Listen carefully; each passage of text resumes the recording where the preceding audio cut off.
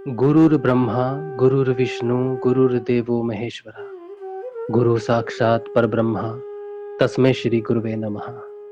तस्मै श्री गुरुवे नमः। तस्मै श्री गुरुवे नमः।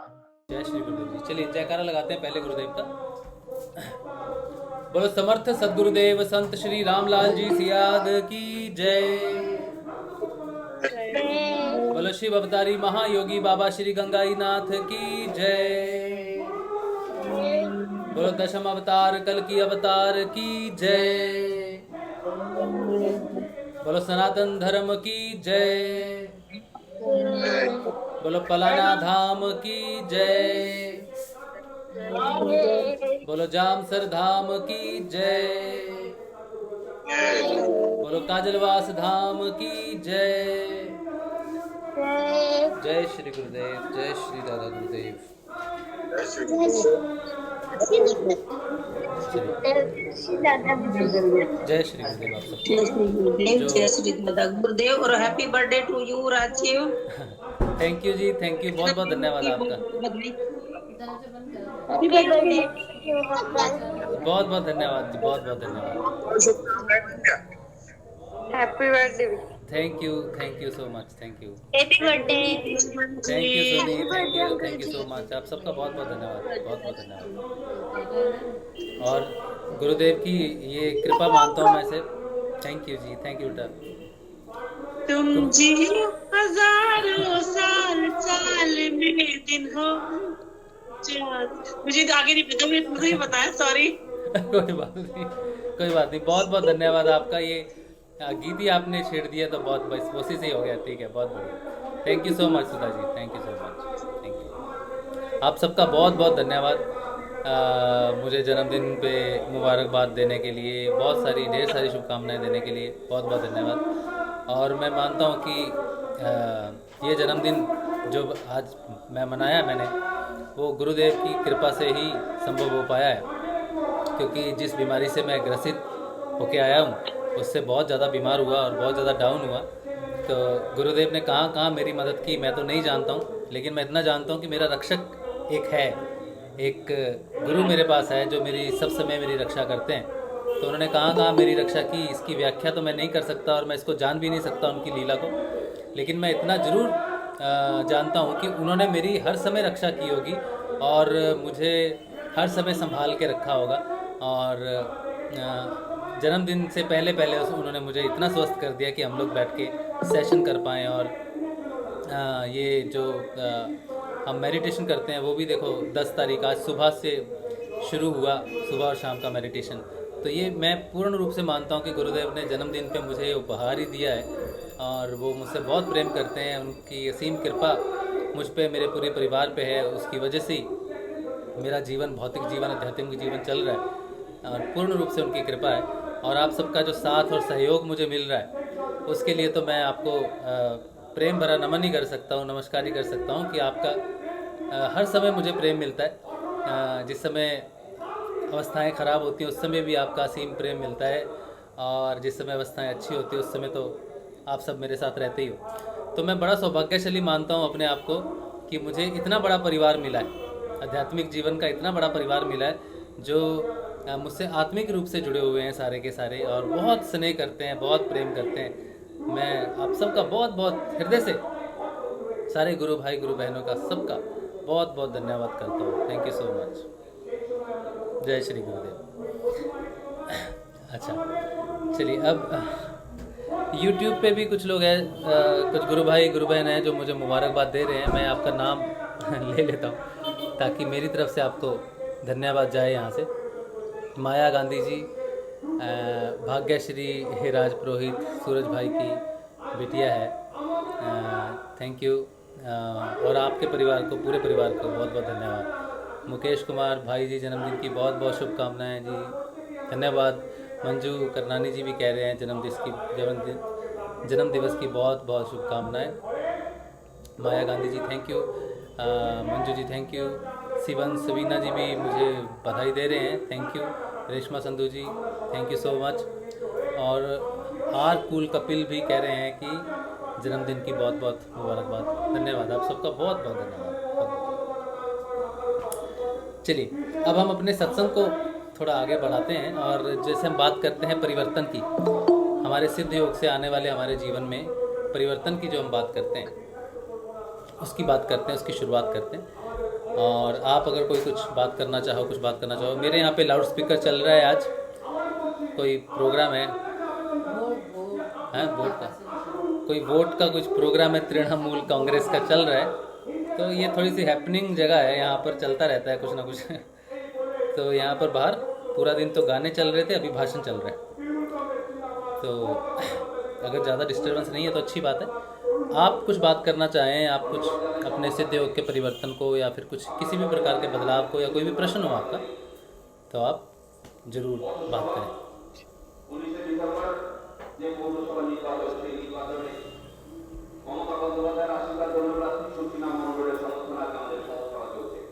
ये पहला बर्थडे है जिसकी सेलिब्रेशन हमने सुबह सुबह ही कर ली। कितने बजे? 11-12 बजे हमने इसकी सेलिब्रेशन कर ली। केक तो हमने 12 बजे काट लिया क्योंकि हमारे घर में एक शैतान है, वो केक को शाम तक रुकने तो देगा नहीं, उसे उसी समय ही खाना है, तो दोपहर को ही हमने सारा कार्यक्रम कर लिया। पहला बर्थडे है जो मैंने दिन में मनाया, नहीं तो हम शाम को मनाते हैं तो इसीलिए शाम का हमारा कोई प्रोग्राम नहीं है आज। चलिए बात कीजिए, किसी को कुछ बात करनी है तो।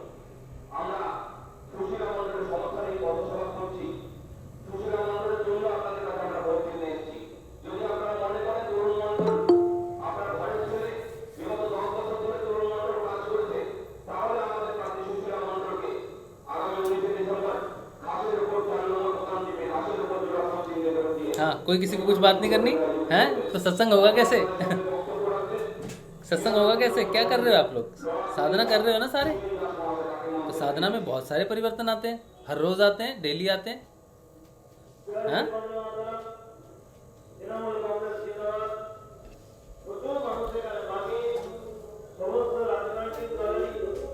YouTube पे कोई कुछ, अगर कोई सवाल आपका हो या कुछ आप बात करना चाहें।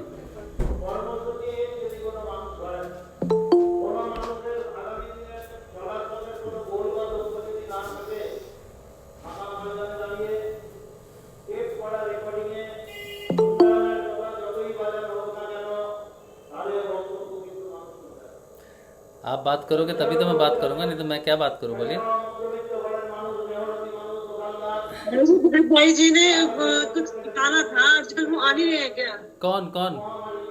भाई जी पता नहीं, वो तो संन्यास ले लिया उन्होंने तो। संन्यास का तो 14 तारीख को ही। हाँ, क्या ऑनलाइन भी नहीं है? क्या चीज? मैंने कहा संन्यास तो हम लोग 14 तारीख को, तो क्या ऑनलाइन भी नहीं आएंगे वो? पता नहीं, कोई पता बताना नहीं चाह आपको। रहे अब वो अलग दुनिया के निवासी हो गए। अच्छा, क्या अभी पता नहीं, क्योंकि अभी अभी उनका क्या चल रहा है तो कुछ मालूम नहीं मुझे, क्या उनका व्यवहारिक है, क्या कैसा व्यवहार है, किसके साथ कैसे चल रहे हैं। अभी तो वो एक नए प्रवेश में है, नए परिवर्तन में है, तो उस परिवर्तन में वो कैसे क्या मुझे नहीं मालूम कुछ भी एक्चुअली। भगत भाई वहाँ पे मिले थे ना पलाना में हमें, अच्छा पहचान में नहीं आ रहे थे, वो तो बिल्कुल ही बदल गए। अच्छा अच्छा समझ ही नहीं आया क्या भगत भाई है ये, वो समझ ही नहीं आ रहा था। अच्छा अच्छा, तो वही बात है कि हक्की बक्के रह रहे थे उनको तो। हाँ हाँ, अच्छा कुछ और ही बदल गए, वो तो कुछ और ही है। हाँ हाँ हाँ, तो वही बात है कि उनका परिवर्तन कुछ चल रहा है, उनकी कुछ साधना ऐसी चल रही है, तो हम जब वो हो जाएंगे सेटल तो तभी पता चलेगा, तो मुझे कुछ अपडेट नहीं है।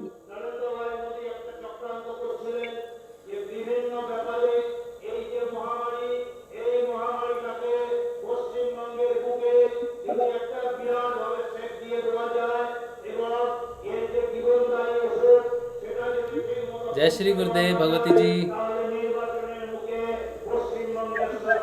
आवाज़ बहुत कम आ रही है, एक सेकंड मैं इधर देखता हूँ, मेरे पास कम तो नहीं स्पीकर में, फिर वो यूट्यूब पे बंद हो जाएगा। हाँ, आप क्या बोल रहे हो? क्योंकि ये स्पीकर बहुत तेज चल रहा है। हाँ जी, भगवती जी कुछ बोल रहे हैं? जन्मदिन की बहुत बहुत बधाई। बहुत बहुत धन्यवाद, बहुत बहुत धन्यवाद। मैं आपसे एक चीज पूछना चाहती हूँ, तो मेरे मन में बहुत बार मैंने मैंने बताया तो अंदर सेटिस्फैक्टरी आंसर नहीं मिला मेरे को। आप कुछ भी समझ नहीं आ रहा है, कितना बहुत तेज एक लाउड स्पीकर चल रहा है और आवाज़ आपकी कम आ रही है। दूसरे फ़ोन से लॉगिन कर सकते हो क्या? नहीं, मैं एक्चुअली मम्मी के घर हूँ ना, अच्छा। मम्मी के घर हूँ तो हाँ, अच्छा, अभी आप बोलिए, अभी बात कीजिए। मैं बोल रही थी, मेरा एक क्वेश्चन है। हाँ। जिस दिन मेरे पापा थोड़े सीरियस हुए थे, हाँ। आपकी आवाज क्लियर आ रही है? हाँ, टूट टूट के आ रही है, समझने की कोशिश कर रहा हूँ मैं। एक मिनट में वापस रिज्वाइन करती हूँ। अच्छा, ठीक है, ठीक है।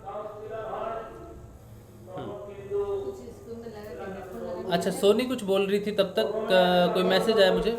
नहीं, वो फिर हेलो। यूट्यूब पे बंद हो जाएगा। हाँ, सरिता जी कुछ बोल रहे भैया ये। सबको बर्थडे है। हाँ जी, आज मेरा जन्मदिन है। Happy birthday to you. Thank you, thank you, happy बहुत बर्थडे भैया। बहुत बहुत धन्यवाद बहुत सरिता अच्छा लगा। बहन, बहुत बहुत ये धन्यवाद। आपके बिना पता है हम्म। तो गुरुदेव भी ना हमारे पे ध्यान नहीं दे रहे। नहीं, ऐसा नहीं है, वो सबसे बहुत प्रेम करते हैं। हमें जिस दौर में उन्होंने डाला, जिस समय में उन्होंने हैप्पी डाला। Birthday uncle. थैंक यू बेटा, thank you so much, thank you बेटा, बहुत बहुत धन्यवाद बेटा। बहुत अच्छा लगा आपने दोबारा शुरू करा, आपको बहुत मिस की करा। बहुत बहुत शुभकामनाएं आपको। थैंक यू नरेश भाई, बहुत बहुत धन्यवाद, बहुत बहुत धन्यवाद।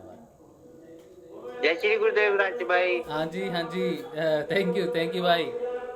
जन्मदिन की हार्दिक कैसे हो आप? शुभकामनाएं। बहुत बहुत धन्यवाद, बहुत बहुत धन्यवाद। कैसे हो आप, ठीक हो? बढ़िया बढ़िया। हाँ, चलो, बहुत बढ़िया। आपको दोबारा लाइव देख के ना जीवन अलग हो गया। हाँ, ये अलग ही जीवन है, मैं तो मानता हूँ गुरु कृपा से ही आगे बढ़ रहे हैं, नहीं तो पता नहीं कहाँ अटक जाते हम अभी तक। जी। हाँ, तो सब गुरु कृपा है, मानता हूँ मैं पूरी तरह से। वो पल पल में हमें बढ़ाते हैं आगे, और ऐसा समय आता है कई बार जीवन में जब वाकई लगता है कि कहानी क्या इतनी ही थी। लेकिन उन्होंने नहीं कहा, नहीं, कहानी अभी बाकी है। आपके सेशन के मतलब बंद होने से ना हाँ बस जी। ऐसे हो गया, भैया बस जल्दी आ जाए। बस गुरुदेव से एक ही प्रार्थना था, जल्दी से भैया आ जाए हमारे। मैं भी यही सोच रहा था, और लेकिन बहुत सारी चीज़ें जुड़ जाती हैं एक्चुअली। मैं आप सबके साथ ये बात शेयर करना चाहता हूँ, सार्वजनिक रूप से शेयर करना चाहता हूँ ये बात में, कि कई बार क्या होता है ना कि बहुत सारी चीज़ें जब हम करते हैं ना, उसके साथ हमारा अहम भाव इकट्ठा हो जाता है। इस सेशंस को बहुत पहले की बात है, जब किसी ने कहा था कि ये बंद हो जाएंगे सेशन, ये सेशन चलेंगे नहीं, बहुत पहले की बात है, ये लास्ट ईयर की बात है। तो इनडायरेक्टली रूप से कहा था कि गुरु कृपा नहीं है, तुम गलत काम कर रहे हो, तो ये बंद हो जाएंगे। लेकिन मुझे हमेशा विश्वास था कि मैंने कभी अपनी तरफ से कोई पहल की नहीं। जो भी हुआ सेशन में अपने आप हुआ, उस तरफ से हुआ। मैंने अपनी तरफ से कभी कोई निर्णय लेके या कुछ किया नहीं, कि नया कुछ करने की कोशिश कभी की नहीं। जो हो गया सेशन में वो हो गया, तो मैं उसे मानता हूँ, जो हो गया अपने आप वो गुरुदेव का है। लेकिन सबको ऐसा नहीं लगता था कि ये चीज़ें गुरुदेव कर रहे हैं, गुरुदेव से हो रही है। तब उन्होंने कहा कि ये गुरुदेव का नहीं है, ये सब है, तो बंद हो जाएंगे सेशन। लेकिन क्योंकि गुरुदेव ही प्रयोगशाला चला रहे थे, गुरुदेव ही सब कुछ कर रहे थे, तो वो पूरा चलता रहा। लेकिन उसके साथ साथ क्या होता है ना, कि इंसान का अहम भाव भी चलता है साथ में, कि नहीं, मैं भी नहीं बंद होने दूंगा, या मैं भी करता रहूँगा। वो मैं भाव आ जाता है बीच में, कि मैं सच्चा हूँ, मैंने कुछ गलत नहीं किया है, सब गुरुदेव ही कर रहे हैं जो भी कर रहे हैं। तो वो मैं अहम भाव आ जाता है कि मैंने कुछ गलत नहीं किया। तो ये चलता रहेगा प्रोग्राम, कभी बंद नहीं होगा, इतने साल चलेगा, ये चलेगा। एक आ गया था एक अहम भाव, मैं इस बात को मानता हूँ, बहुत सूक्ष्म था, लेकिन वो था तो अहम ही। चाहे गुरुदेव के प्रोग्राम हो, जहाँ भी चलते हैं ना, गुरुदेव के प्रोग्राम हमेशा चलने चाहिए, क्योंकि मेरे गुरु का प्रोग्राम कभी बंद नहीं होना चाहिए। लेकिन इस अहम ने धीरे धीरे बड़ा होना शुरू कर दिया था, बहुत भारी होने लग गई थी वो चीज़। तो ये जो ब्रेक गुरुदेव ने दिया,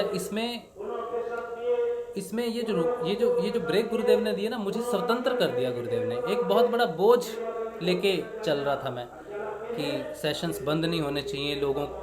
लोग ये मानते हैं कि ये गुरुदेव द्वारा चालित नहीं है, या गुरुदेव का नहीं है, या गुरुदेव के सिद्धांतों पे नहीं है, बंद हो जाना चाहिए, ऐसा लोग करते थे। तो ये मेरे ऊपर बोझ बन गया था बहुत बड़ा, और इसका बंद होके फिर से चालू होना, ये मेरे लिए बहुत रिलीफ है।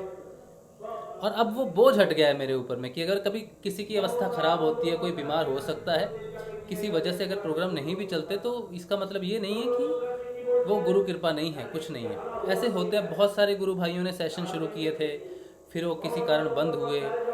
वो हो सकता है, वो कोई भी कारण हो सकता है, अध्यात्म में कुछ भी हो सकता है। गुरुदेव साफ उनकी बुक में लिखा है, जो सर्वश्रेष्ठ होगा किसी कार्य में उसके माध्यम से वो कार्य होगा।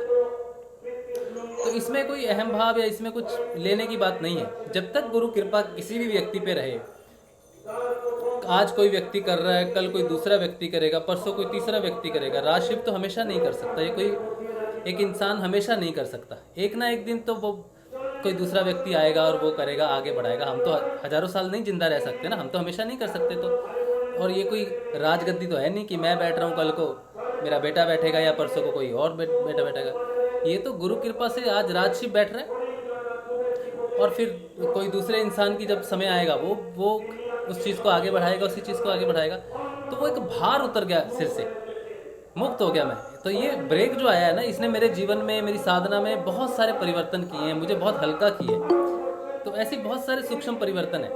तो ये ज़रूरी था, ये ब्रेक आना बहुत ज़रूरी था, मेरे लिए बहुत ज़रूरी था, क्योंकि दिन ब दिन वो बढ़ता जा रहा था, बर्डन बढ़ता जा रहा था। अब कोई बर्डन नहीं है, अब मैं उस बर्डन से बिल्कुल आज़ाद हूँ, फ्री हूँ बिल्कुल। एक था सूक्ष्म रूप से। तो जो भी होता है गुरु कृपा से अच्छा ही होता है। और गुरुदेव हमेशा और गुरुदेव के बिना, ये भी बात है कि गुरुदेव के बिना कोई कुछ बात नहीं कर सकता। तो जहाँ जहाँ भी गुरुदेव के सेशन चल रहे हैं उन सबको तो मैं प्रणाम नमन ही करता हूँ, क्योंकि वो चलाने वाले नहीं हैं, चलाने वाले गुरुदेव ही हैं। यहाँ भी अगर चल रहा है तो चलाने वाले गुरुदेव ही हैं। और ये बात क्लियर हो गई है। हाँ जी, अच्छा, सोनी कुछ कह रही थी। सोनी कह रही थी कि सोनी आप क्या कह रहे थे बेटा? मैसेज आपने दिया, सांसें नहीं आती हैं, इसका ये क्या कहना चाहते हो आप?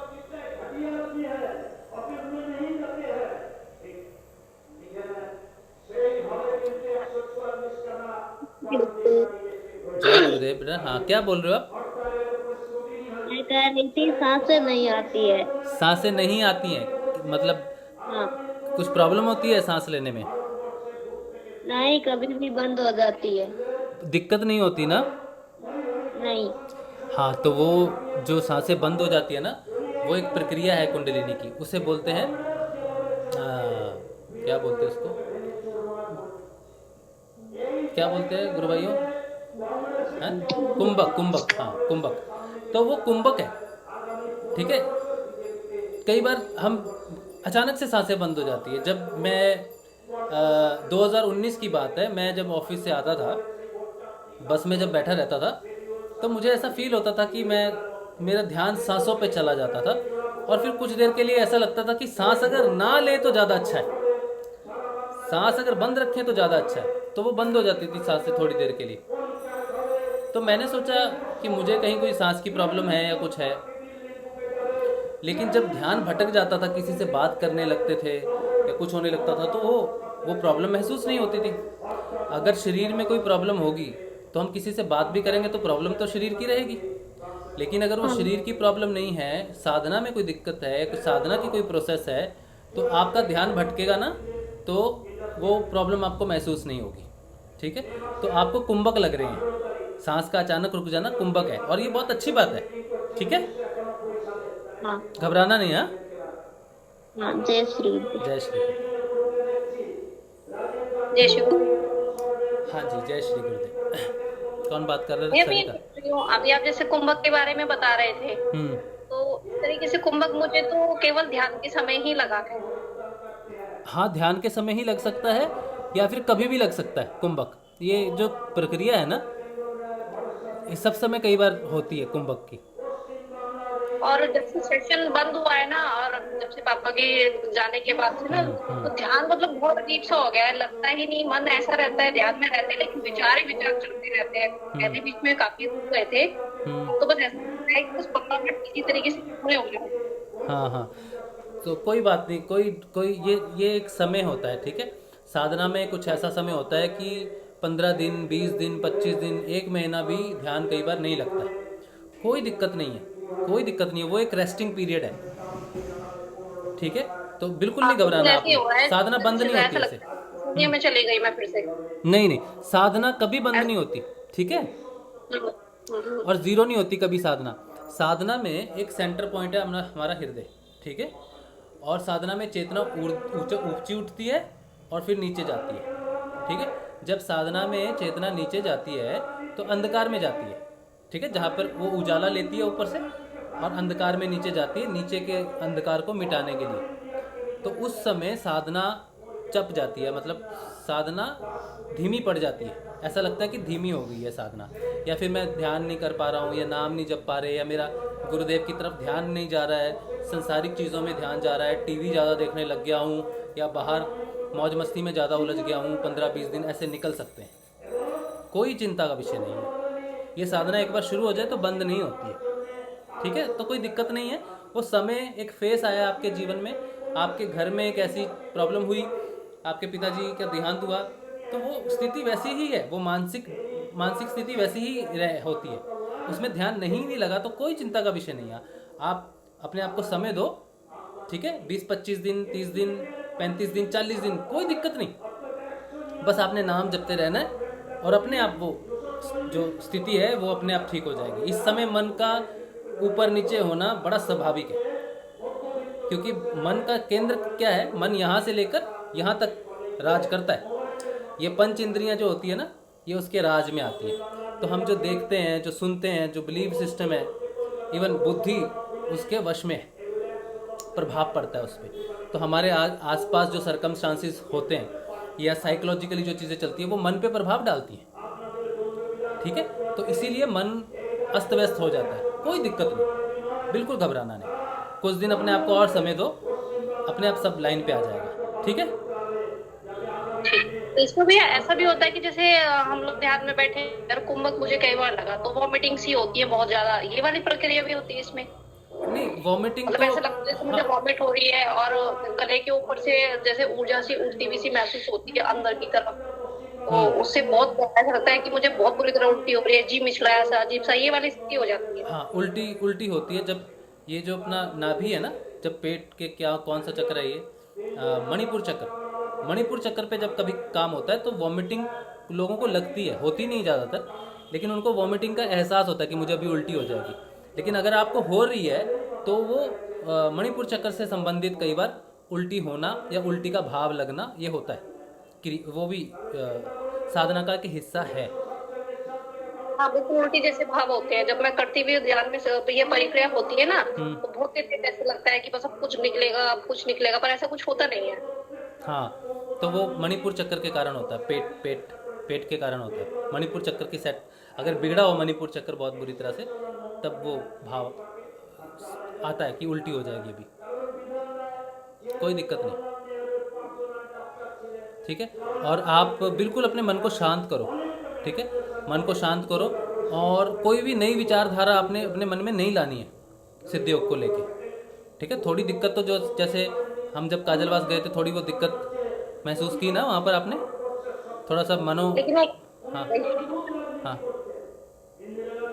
वो दिक्कत मेरी वहीं खत्म हो गई थी, जो आपने बताया था ना उसी तरीके से जब मैंने किया था, तो वहीं खत्म हो गई थी। हाँ, कोई बात नहीं, वो कोई ऊपरी दिक्कत नहीं है, कोई वो तामसिकता नहीं है, ठीक है। उसको तामसिकता नहीं लेना कभी। वो हमारे मन जो हमारा है ना, वो भेद प्रकट कर देता है साधना में अड़चन डालने के लिए। हमारा मन ही करता है वो सारी चीज़ें, कोई तामसिकता नहीं समझना उसे, हाँ, कोई ऊपर का प्रभाव है, कुछ भी ऐसा नहीं है। हमारा मन विश्वास है, हम जो भी दुनिया में जीते हैं ना, वो मन से जीते हैं। मैं का अर्थ है मन।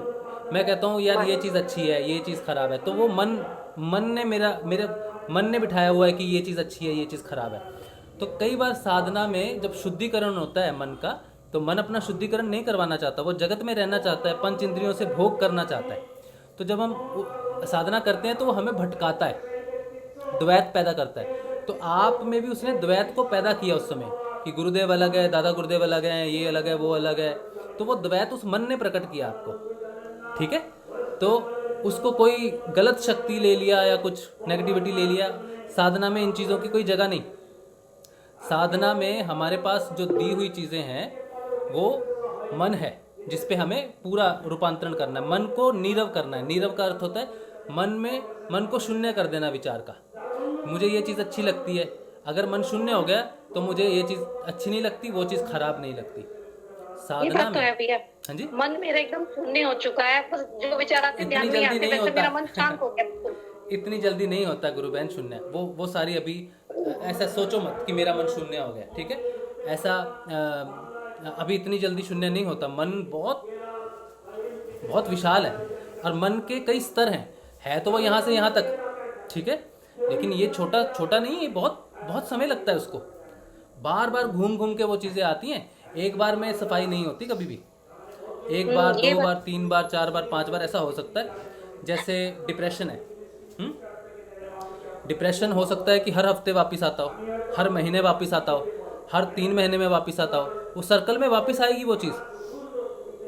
हमें सिर्फ ये देखना है कि हम इस दौर से गुजरे हुए हैं और ये सत्य नहीं है।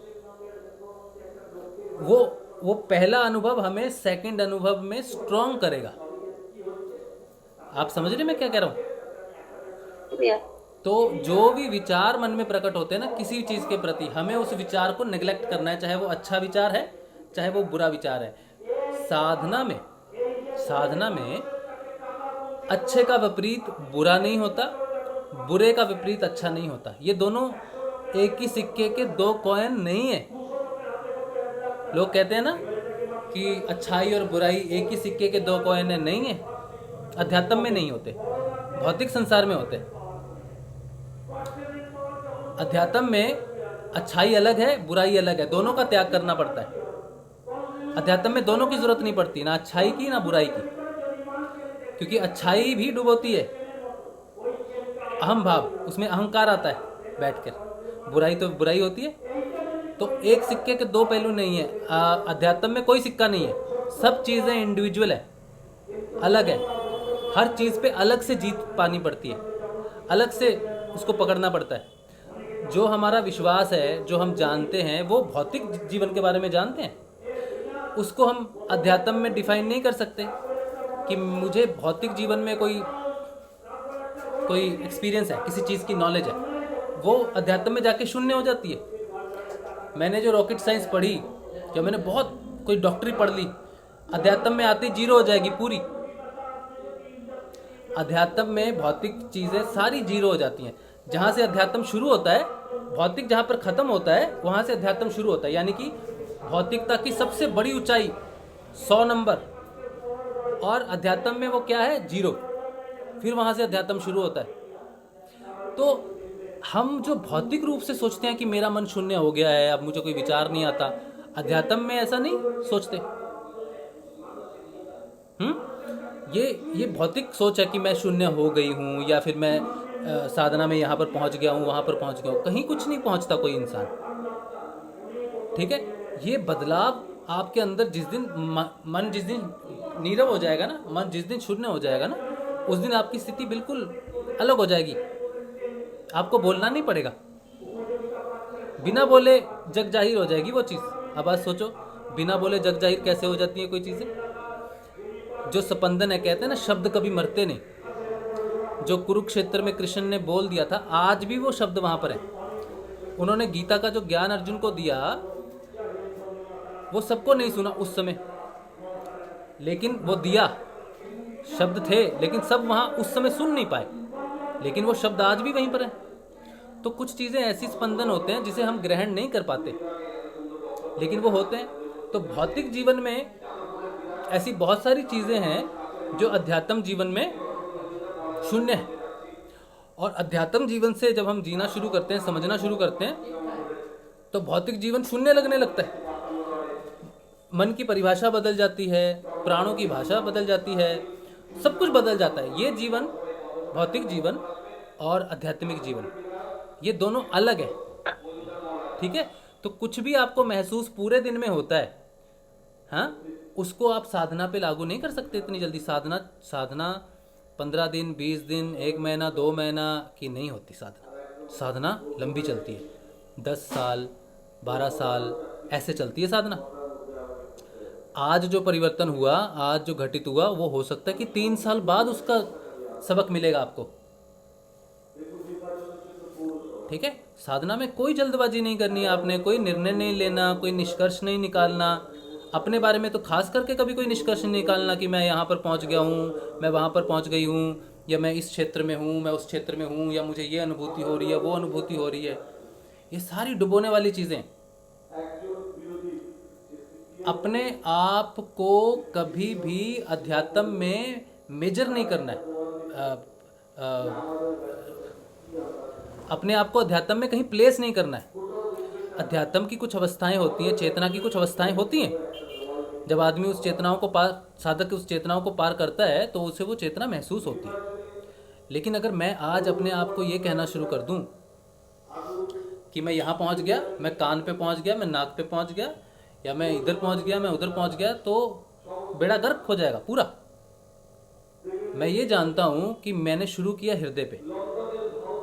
हृदय से आत्मा जागृत होती है और वो कहीं नहीं जाती। वो यहाँ भी नहीं जाती, वो आज्ञा चक्र पे भी नहीं जाती, वो मूलधारा में भी नहीं जाती, वो कहीं नहीं जाती। वो हृदय में जागृत होती है, हृदय में ही निवास करती है और हृदय में ही रहती है। तो मैं कौन हूँ? आत्मा हूँ।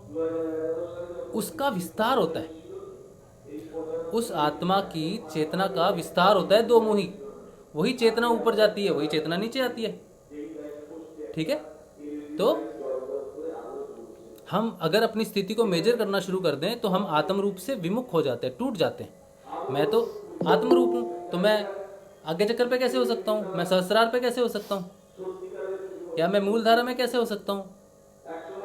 मैं सर्वव्यापी हूँ, ये बात सही है। मैं सर्वव्यापी हूँ, ये बात सही है एक साधक के लिए। लेकिन मैंने मन को विजय पा ली है, या मैंने प्राणों पर विजय पा ली है, या कुछ भी हो गया है, अभी वो समय नहीं आया। जिस दिन वो समय आएगा उस दिन वो बात बोलने की जरूरत नहीं पड़ेगी, वो बिल्कुल जग जाहिर होगी। इसीलिए कभी भी अपनी स्थिति अगर आप किसी को बोल के बताते हो तो समझ लो वो काटा है, उसी समय उसको काटा मार दो, डिलीट कर दो, मैसेज को अपने दिमाग से निकाल दो। अगर आपको अपनी स्थिति बताने की किसी को जरूरत पड़े तो वो स्थिति आपकी नहीं है। अध्यात्म में किसी की सिर्फ गुरु ही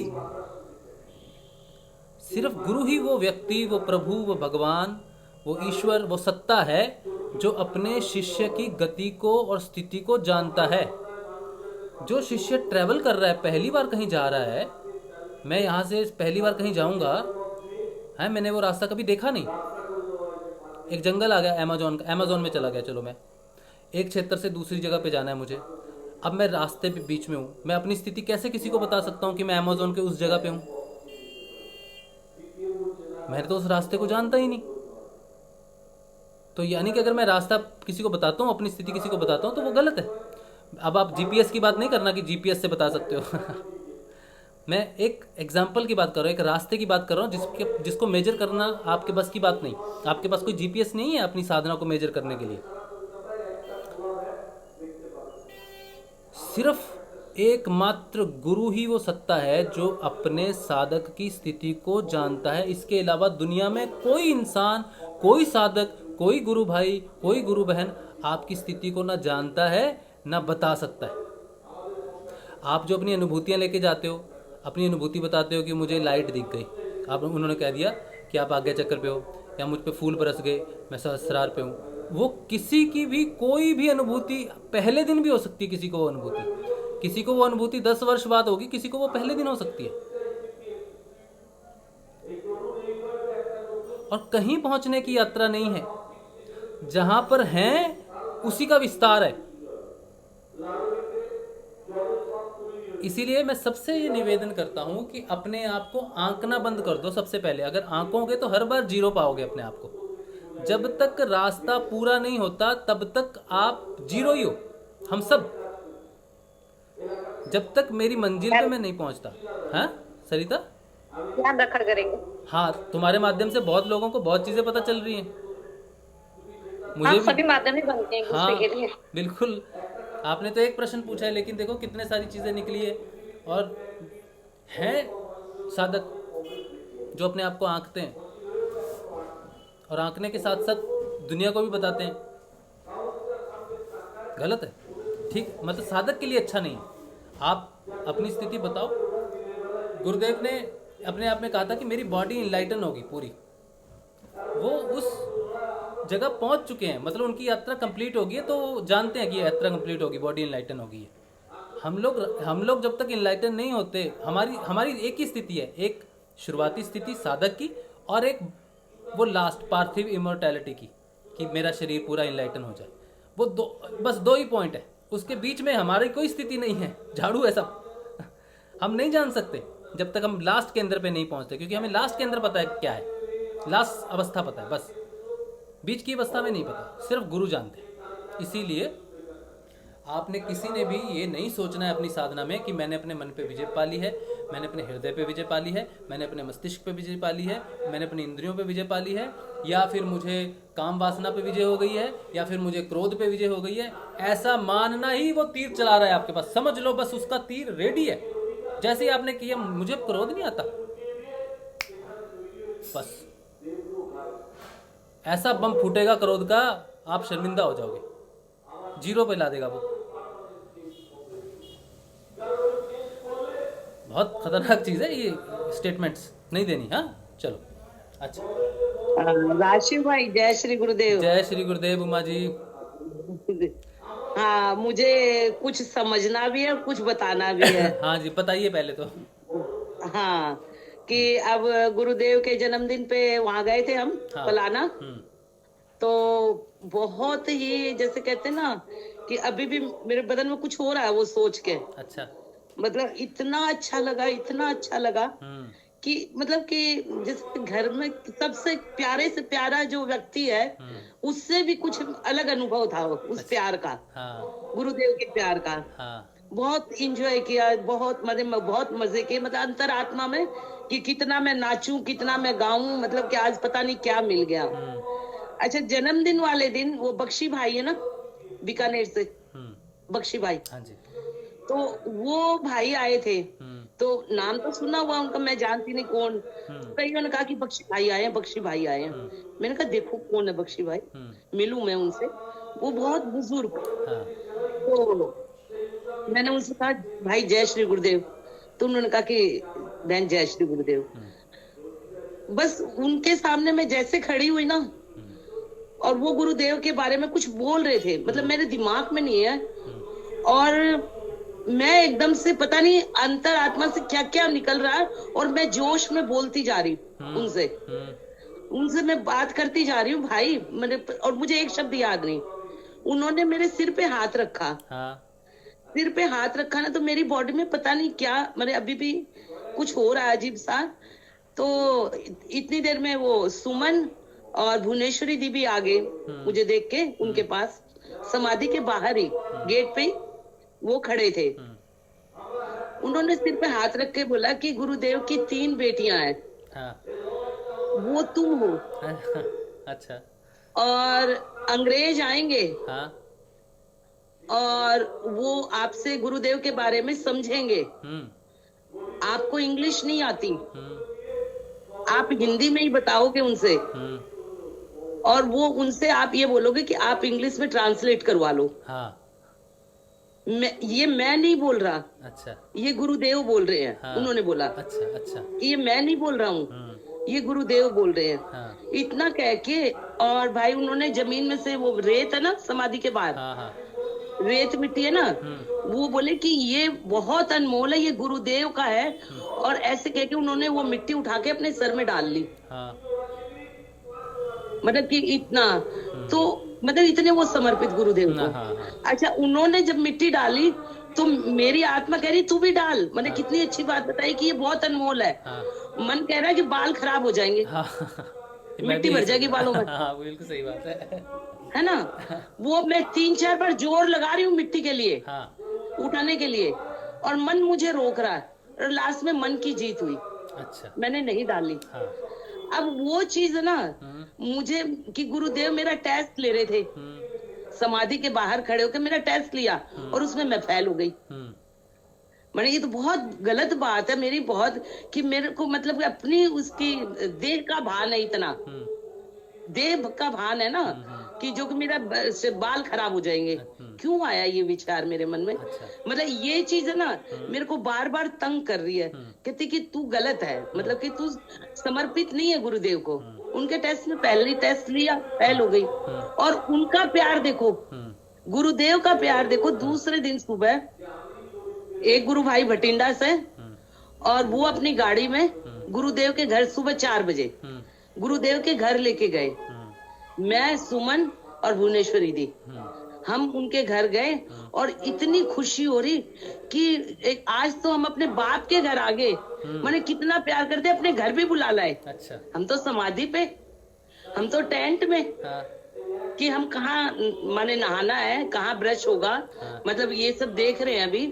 और वो कह रहे कि आप गुरुदेव के घर चलो, वो क्या नाम है उसका, पारुल। यूं बोली कि आपका क्या विचार है? मैंने कहा कि भाई अभी तो रजाई में है हम तो, अब बताओ क्या करना है। तो बोली कि आप चलो घर पे।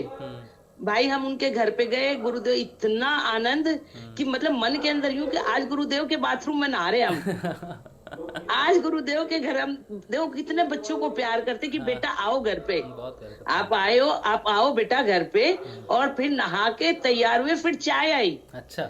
मैं बार बार कह रही हूँ कि गुरुदेव कितना प्यार कर रहे हैं, हम नालायक है। देख मन में वो चीज कचोट रही मुझे कि हम नालायक है, पर माँ बाप फिर भी कितने प्यार करते हैं बच्चों को। मैं वहां बैठ के हमने चाय पी। मैंने कहा वाह गुरुदेव वाह, आपने वहां का नजारा देखा, वहां की असलियत देखी। मैंने कहा गुरुदेव, मैं कहने लगी, मैंने कहा कि देखो गुरुदेव है ना असलियत से हमें वाकिफ करवाने के लिए यहाँ लेके आए हैं कि बेटा भ्रम में नहीं रहना, मैं असली चीजें दिखा रहा हूँ तुझे। मैंने कहा गुरु भाई जो बख्शी भाई, उनकी जो वाइफ थी, उन्होंने अपना बीकानेर का एड्रेस दिया, फोन नंबर दिया कि आप घर पे आओ। मैंने मोस्ट वेलकम, जहाँ गुरुदेव साधना हर संडे को करवाते थे वो हॉल आज भी है हमारा, और हमारे यहाँ हर संडे को साधना होती है, गुरुदेव का वही कार्यक्रम चलता है। तो आप लोग आओ। हमने कहा कि जरूर जरूर पहुंचेंगे, पर टाइम नहीं था। तो कहने का मतलब कि भाई इतना जिसका मैं बता नहीं सकती, मैंने कितना कुछ देखा और कितना कुछ समझा। अब एक चीज होगी कि अनंत की यात्रा है, इसमें साहस और निर्भय, 2 क्वालिटी चाहिए और कुछ नहीं चाहिए। ना हमने कुछ देखना, मतलब कि जैसे कहते हैं ना आप निकल पड़े हैं, बस निकल पड़े का मतलब निकल पड़े हैं। रास्ते में कहते ना कि रोड़े जो आएंगे उससे अगला ही पड़ाव सफलता का है। तो वो चीज मेरे दिमाग में एक जिस तरह बैठ गई कि शुभ कर्म में न डरना है, शुभ कर्म का अंजाम शुभ ही होना है, गलत हो ही नहीं सकता, डरना है नहीं। और ये 2 क्वालिटी अगर हम सब बहन भाइयों में होगी ना, साहस और निर्भय, बस 2 क्वालिटी में सोचूं सफिशिएंट है। क्या आ रहा है रास्ते में, क्या दिख रहा है, क्या नहीं दिख रहा है, उससे कुछ लेना देना ही नहीं। मुझे अनंत की यात्रा करनी है, बस दैट्स ऑल। अच्छा, भगत भाई का जब जाम सर वो कटआउट और वो जो बनवाया था गिफ्ट उनसे दिया, उन भाई ने मेरे सर पे हाथ रखा और बोला कि आपने तो बहुत बड़ी चीज दे दी सिस्टर, मैं बता नहीं सकता कितना मैं खुश हूँ, आप बताओ आपको मैं क्या दूं। उन्होंने बोला कि मैं आपको क्या दूं। मैं बोली भाई मुझे बस अनंत की यात्रा करनी है, उस परम पिता की गोद में बैठना है। मुझे सब कुछ दे दिया, मुझे किसी चीज से नहीं है कि मुझे ये चाहिए, मुझे ये चाहिए, मुझे सब कुछ मिल गया, सारी इच्छाएं मेरी पूरी होगी। अब मेरी एक इच्छा कि उस गुरुदेव की गोद में बैठ के और जैसे मैं उनके गाल पे हाथ फेरूं, उनके बालों को छेड़ूं और वो प्यार से मुझे प्यार करे, बस मेरी ये तमन्ना है, और मेरी कुछ है ही नहीं, समझ। तो ये काम मेरा भाई बस तू ही करवाओगा। ये भगत भाई जो भी है ना, मेरा हाथ पकड़ के और मेरे को वहां तक मैं चलूंगी। मैंने कि चाहे मैं कितनी भी गिर जाऊं, कुछ भी हो, मैं उससे नहीं डरूंगी, पर मेरा हाथ आप लोग पकड़ लो और मुझे वहां ले चलो। बस एक ये तमन्ना है मेरी कि बस उसकी गोद में बैठना एक बार बस। और मैं भगत भाई से मैंने कहा भाई मुझे बस वहां ले चलो। आप लोगों के अंदर जैसे कहते हैं, मैं तो अभी बहुत प्ले स्कूल में हूँ, मैं बिल्कुल छोटा बच्चा हूँ, मुझे नहीं आता, मुझे नहीं पता कुछ भी। आप लोग फिर भी बड़े हो, आप लोग फिर भी सेकंड थर्ड फोर्थ किसी क्लास में तो हो, मेरे से तो आगे हो आप। तो आपके साथ है ना, जैसे कहते हैं ना, माँ का पल्लू पकड़ कर बच्चा कहीं भी निर्भय होकर चलता है, तो मैं आपका पल्लू पकड़ कर निर्भय होके, और मुझे पता है कि मेरा भाई, जैसे माँ बाप पे विश्वास है ना बच्चे ने कि भाई जहां भी लेके जाओगा सही है, वो सोचता ही नहीं है। तो वो चीज है कि आप लोग मेरा हाथ पकड़ लो, और मुझे बस मेरे की पूरा ये कि आप जहां भी लेके जाओगे वो रास्ता सही है, उस रास्ते में कोई दिक्कत है ही नहीं। बस ये यहाँ बात सारे कहनी थी। यहाँ सारे नेक्सरी के बच्चे हैं, सारे रेत खेल रहे हैं, एक कहीं दिल बन रहा है, एक पीछे लग रहा है सारे, लेकिन लाइन लाइन बना के सारे साथ ही चलेंगे, चिंता की कोई बात नहीं है। बिल्कुल सही बात, बिल्कुल सही बस मेरी यही एक है, और बाकी मुझे न और कुछ वहाँ हम लेना है ना- न मुझे कुछ देना, मुझे न कुछ करना। वो बात मुझे बहुत बुरी लग रही है कि मैंने वो मिट्टी, मैं अभी नहीं नहीं, गुरुदेव वो मैं बात बहुत करता हूँ, पीछे हूँ, आप कंप्लीट बहुत करो फिर मैं पीछे बात हूँ। करता हूँ, कोई दिक्कत नहीं है। अच्छा, उर्मिला बहन कुछ कहना चाहती है, फिर मैं कुछ कहूंगा इस पे। हाँ, मैं ये कह रही हूँ कि वहां पे जाके हमने क्या धमाल मचाया, क्या धमाल मचाया, मतलब कि ये लग रहा था कि प्रोग्राम हम ही ऑर्गेनाइज कर रहे हैं। सच्ची में ही हम मालिक थे वहां के। और है ना, नाचे गाए, और वहां पे है ना हमने कव्वाली का प्रोग्राम कर दिया रात को, सब रजाई में से उठ उठ के हाँ। सारे बैठे हो गए, सारे बैठ लिए। आज कल तो हैरी का फोन आया मेरे पास, हाँ, कह रहे मैं तो आपकी फैन हो गई, मुझे नहीं पता, आप आओ ट्रेन से टिकट करवा के आप आओ, या मैं आ रही हूँ दिल्ली।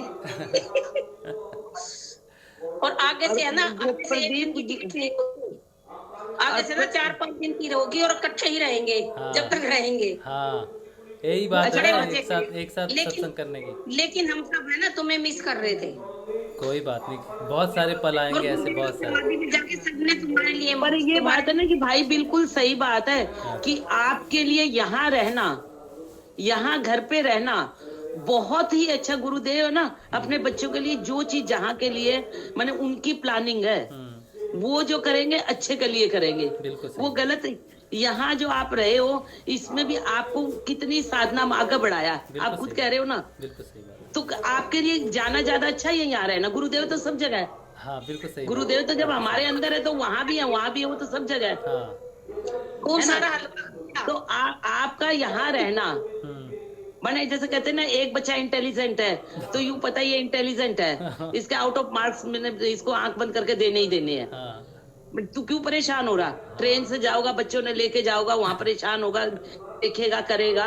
मैं जब यहाँ हूँ ना, मैं दे रहा हूँ ना, तेरा मकसद मुझे पाना है ना, हाँ, तेरा और कोई तो मकसद नहीं है ना।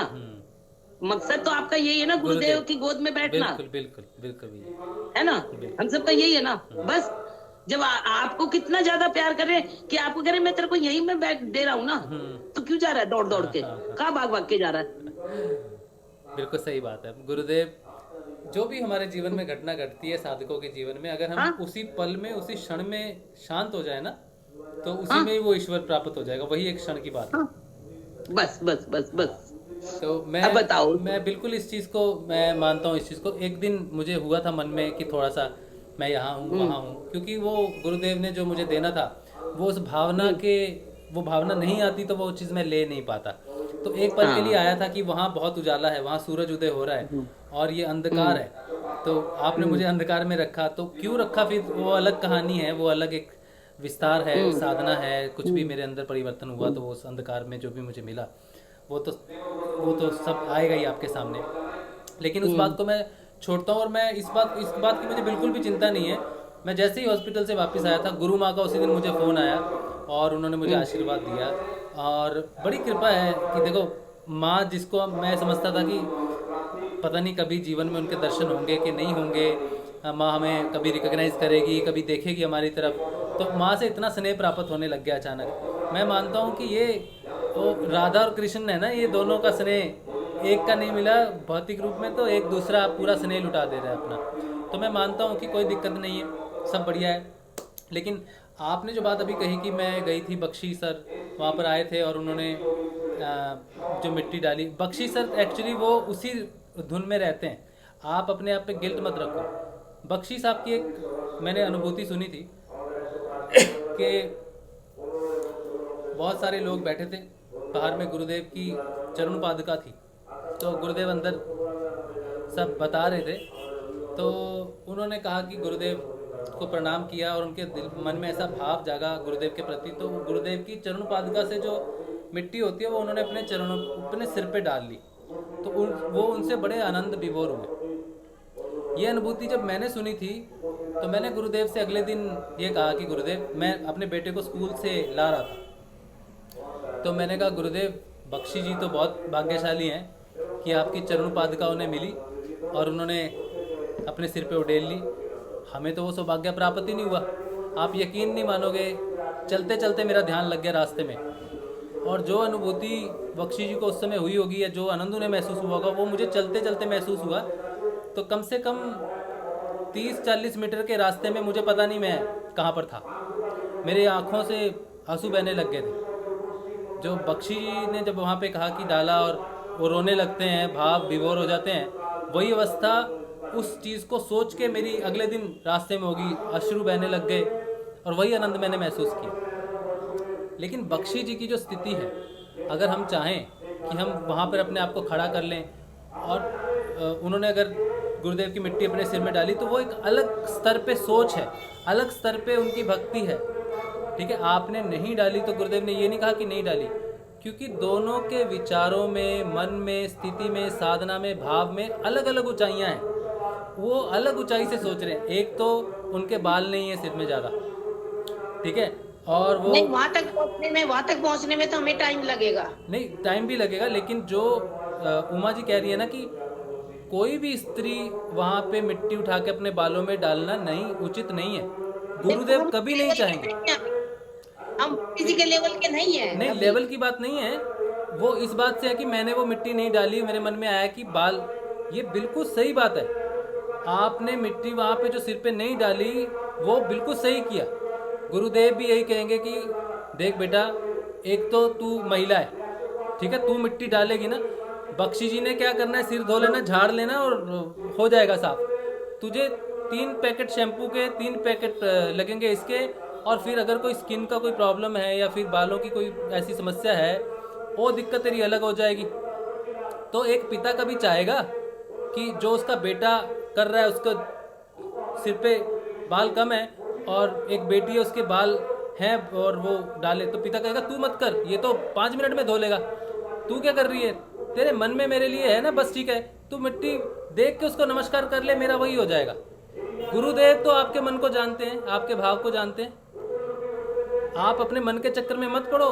मन तो ये विचार प्रकट करेगा, तूने क्या कर दिया, तूने नहीं लगाया, बख्शी जी ने कर दिया। ये बात सही है कि बख्शी जी ने गुरुदेव के साथ बहुत समय बिताया, बहुत अच्छे साधक हैं, वो अलग ही एनवायरनमेंट में रहते हैं, वो आपके संपर्क में आएंगे ना तो एक भक्ति का माहौल बन जाएगा, ये बात सही है। लेकिन आपने वो नहीं किया जो बख्शी जी ने नहीं किया। इस बात से अपने मन को मलिन बिल्कुल नहीं करना। बिल्कुल सही किया, मिट्टी नहीं डाली। अगर मिट्टी डालती तो डुप्लीकेट हो जाती, और डुप्लीकेसी की कोई जगह नहीं है। साधक अपने आप में ही विरला है, अपने आप में ही एक है। आपने कोई गलती नहीं की। आपकी जगह मैं भी होता ना, मेरे सिर पे तो बाल नहीं है, तब भी मैं नहीं डालता, ठीक है। तो आपने बिल्कुल सही कहा, मन आपको सिर्फ परेशान कर रहा है, उस मन को, उस विचार को अभी शून्य कर दो, ठीक है। बिल्कुल सही किया आपने, बिल्कुल सही किया, ठीक है, कोई विचार नहीं ऐसा। और जो वहाँ पे आपको मिला, जो प्रेम स्नेह मिला, वहाँ के जो गुरु भाई है ना, वो तो तरसते हैं इस बात को कि कोई आए और उसकी हम सेवा करें। और क्योंकि गुरुदेव तो जानते हैं कि मेरा शिष्य आ रहा है, तो 10 खड़े होंगे तो 10 आके आपको पकड़ेंगे पैरों से, चलो। वो आपको नहीं कर रहे, उनको पता है गुरु का आदेश है। उनके लिए उमा, उर्मिला, हैरी या राजशिव या कोई भी व्यक्ति विशेष कोई मायने नहीं रखता। हम मायने नहीं रखते। उनके लिए मायने रखता है मेरा गुरु का शिष्य आ रहा है और मेरे गुरु को पता है वो आ रहा है और इसको कोई कष्ट होना नहीं चाहिए, यही मेरा परम कर्तव्य है। वो ये सोचते हैं सारे।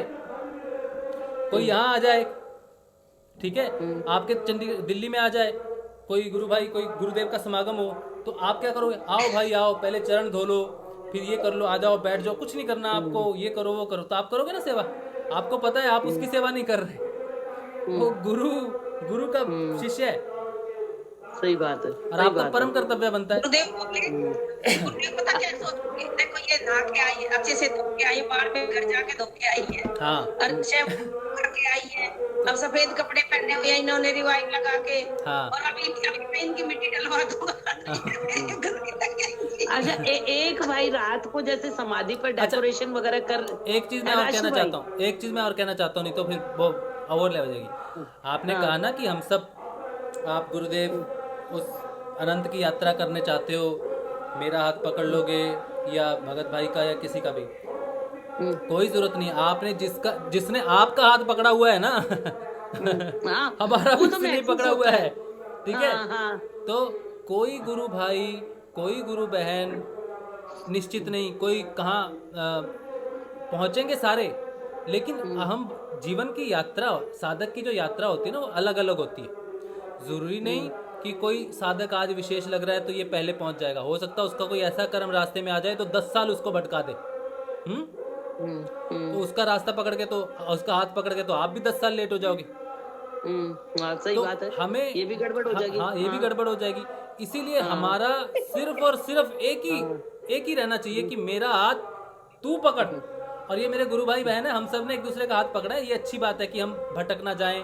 दूसरा गुरु भाई बोल दे भैया ये ठीक नहीं है, ये विचार ठीक नहीं है, गाइडेंस के लिए बस, गाइडेंस के हाँ। लिए, गाइडेंस के लिए, सिर्फ गाइडेंस। क्योंकि मैं भी भटक सकता हूँ, मैं कोई बिरला तो हूँ नहीं, हाँ, मैं सही तो कोई बात है। चमत्कारी हूँ नहीं है, मैं तो कोई हाँ, बहुत ऊंचाई पे नहीं पहुंच गया।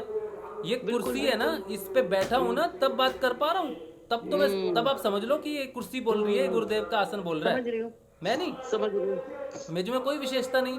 हाँ, तो हमारा हाथ जिसने पकड़ा हुआ है, हमें उसको ही बोलना है कि तेरी ड्यूटी है, तूने कहा है कि तू नाम जब ध्यान कर, बाकी ड्यूटी मेरी, बात ही खत्म होगी। बात ही खत्म, सही बात है। ठीक है। लेकिन हम सही सब बात है। भाई बहन एक साथ चलें, जो एक साथ रहते हैं, एक साथ सत्संग करते हैं, तो तू उनको एक साथ रखना, ताकि हम कोई गलती कर दें तो वो हमें साफ कहे कि ये तेरी गलती है, तू ये ऐसा मत सोच।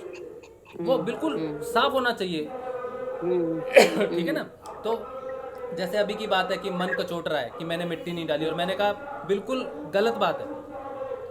अब मैं कुछ गलती करूंगा तो आप बोलोगे ना। हाँ, यही गाइडेंस है। हाँ, यही guidance बहन है। भाइयों की यही गाइडेंस है। हाँ। कि जहाँ मेरे मिस्टेक थी वहाँ आपने गाइड कर दिया कि ना ये ठीक है। हाँ, ये तो सोचना अब मेरे नहीं। दिल से डिलीट हो जाएगा ये मामला। हाँ। अब मैं टी शर्ट पहन के घूम रहा हूँ, आप कहोगे मुझे भी टी शर्ट ही पहननी है, तो नहीं हो सकता ना, आप हाँ, सही सूट बात है। पहनो, है ना। सही बात है, सही बात है, बिल्कुल ठीक बात है। तो एक महिला में, एक पुरुष की स्थितियों में अंतर है। दोनों एक तरह से अपने प्रभु के लिए नहीं कर सकते, हाँ, है ना। सही बात। तो बिल्कुल बिल्कुल ठीक मन के भ्रम में नहीं पड़ना। मन जो विचार देता है ना, उसको तो जीरो कर दो। मन में, अध्यात्म में मन है नहीं। ऋषि अरविंदो ने साफ कहा है कि अध्यात्म का अर्थ है मन को नीरव करना, जीरो करना, शून्य करना। इसका अर्थ है कि आने वाला कोई भी विचार किसी व्यक्ति विशेष के लिए हो, किसी स्थान विशेष के लिए हो, अध्यात्म में उसका कोई प्लेस ही नहीं है। विचार शून्य, क्योंकि अध्यात्म की स्थिति ही विचार शून्य है। इसीलिए जितने भी विचार अच्छे बुरे आते हैं, सबका त्याग। कभी उनके चक्कर में नहीं पड़ना, कभी नहीं पड़ना उनके चक्कर में। कितना भी खराब विचार आ जाए, अध्यात्म का नहीं हो सकता। अध्यात्म में विचार है ही नहीं। अध्यात्म बिल्कुल विचार शून्य है। इसी को कहते हैं ना, मैं शून्य हो गया, विचार शून्य हो गया, कहते हैं ना उच्चतम स्थिति। तो अगर कोई विचार मुझे कचोट रहा है कि मैंने नहीं किया, तो एक मिनट। अगर कोई विचार कचोट रहा है कि मैंने ये अच्छा नहीं किया, मैंने गुरुदेव, मैंने ये विचार मेरे मन में आ गया, मैं कितना खराब आदमी हूँ, ये हूँ, तो वो तो अध्यात्म का है ही नहीं, क्योंकि अध्यात्म में विचार है ही नहीं। सारे विचार ही मन से प्रकट होते हैं। तो मन ही नहीं है वहां पर, अमन है ना। तो हमें किसी भी प्रकार का कोई भी विचार आए तो उसको नमस्कार करो, भैया ठीक है, जाओ ठीक है। ये ना कि भाई जा, हाँ, यहाँ जगह ना कोई और कर यहाँ जगह नहीं है विचारों की। जहाँ पे विचार शून्य है वही अध्यात्म है, बस। समझ गई, ठीक है, सही है। आप हाँ, ये जो हमारी अनुभूतियाँ हैं या फिर ये परिवर्तन है, उसको हम शेयर कर सकते हैं कि हाँ मुझे ये महसूस हुआ या ये महसूस हुआ। उससे हमें क्या, गाइडेंस की बात की आपने, वो गाइडेंस बहुत अच्छी है। एक व्यक्ति को कोई ज्ञान प्रकट होता है, वो आगे 30 के पास जाता है, तो 30 बढ़ गए ना आगे एक साथ। सत्संग का ये फायदा है।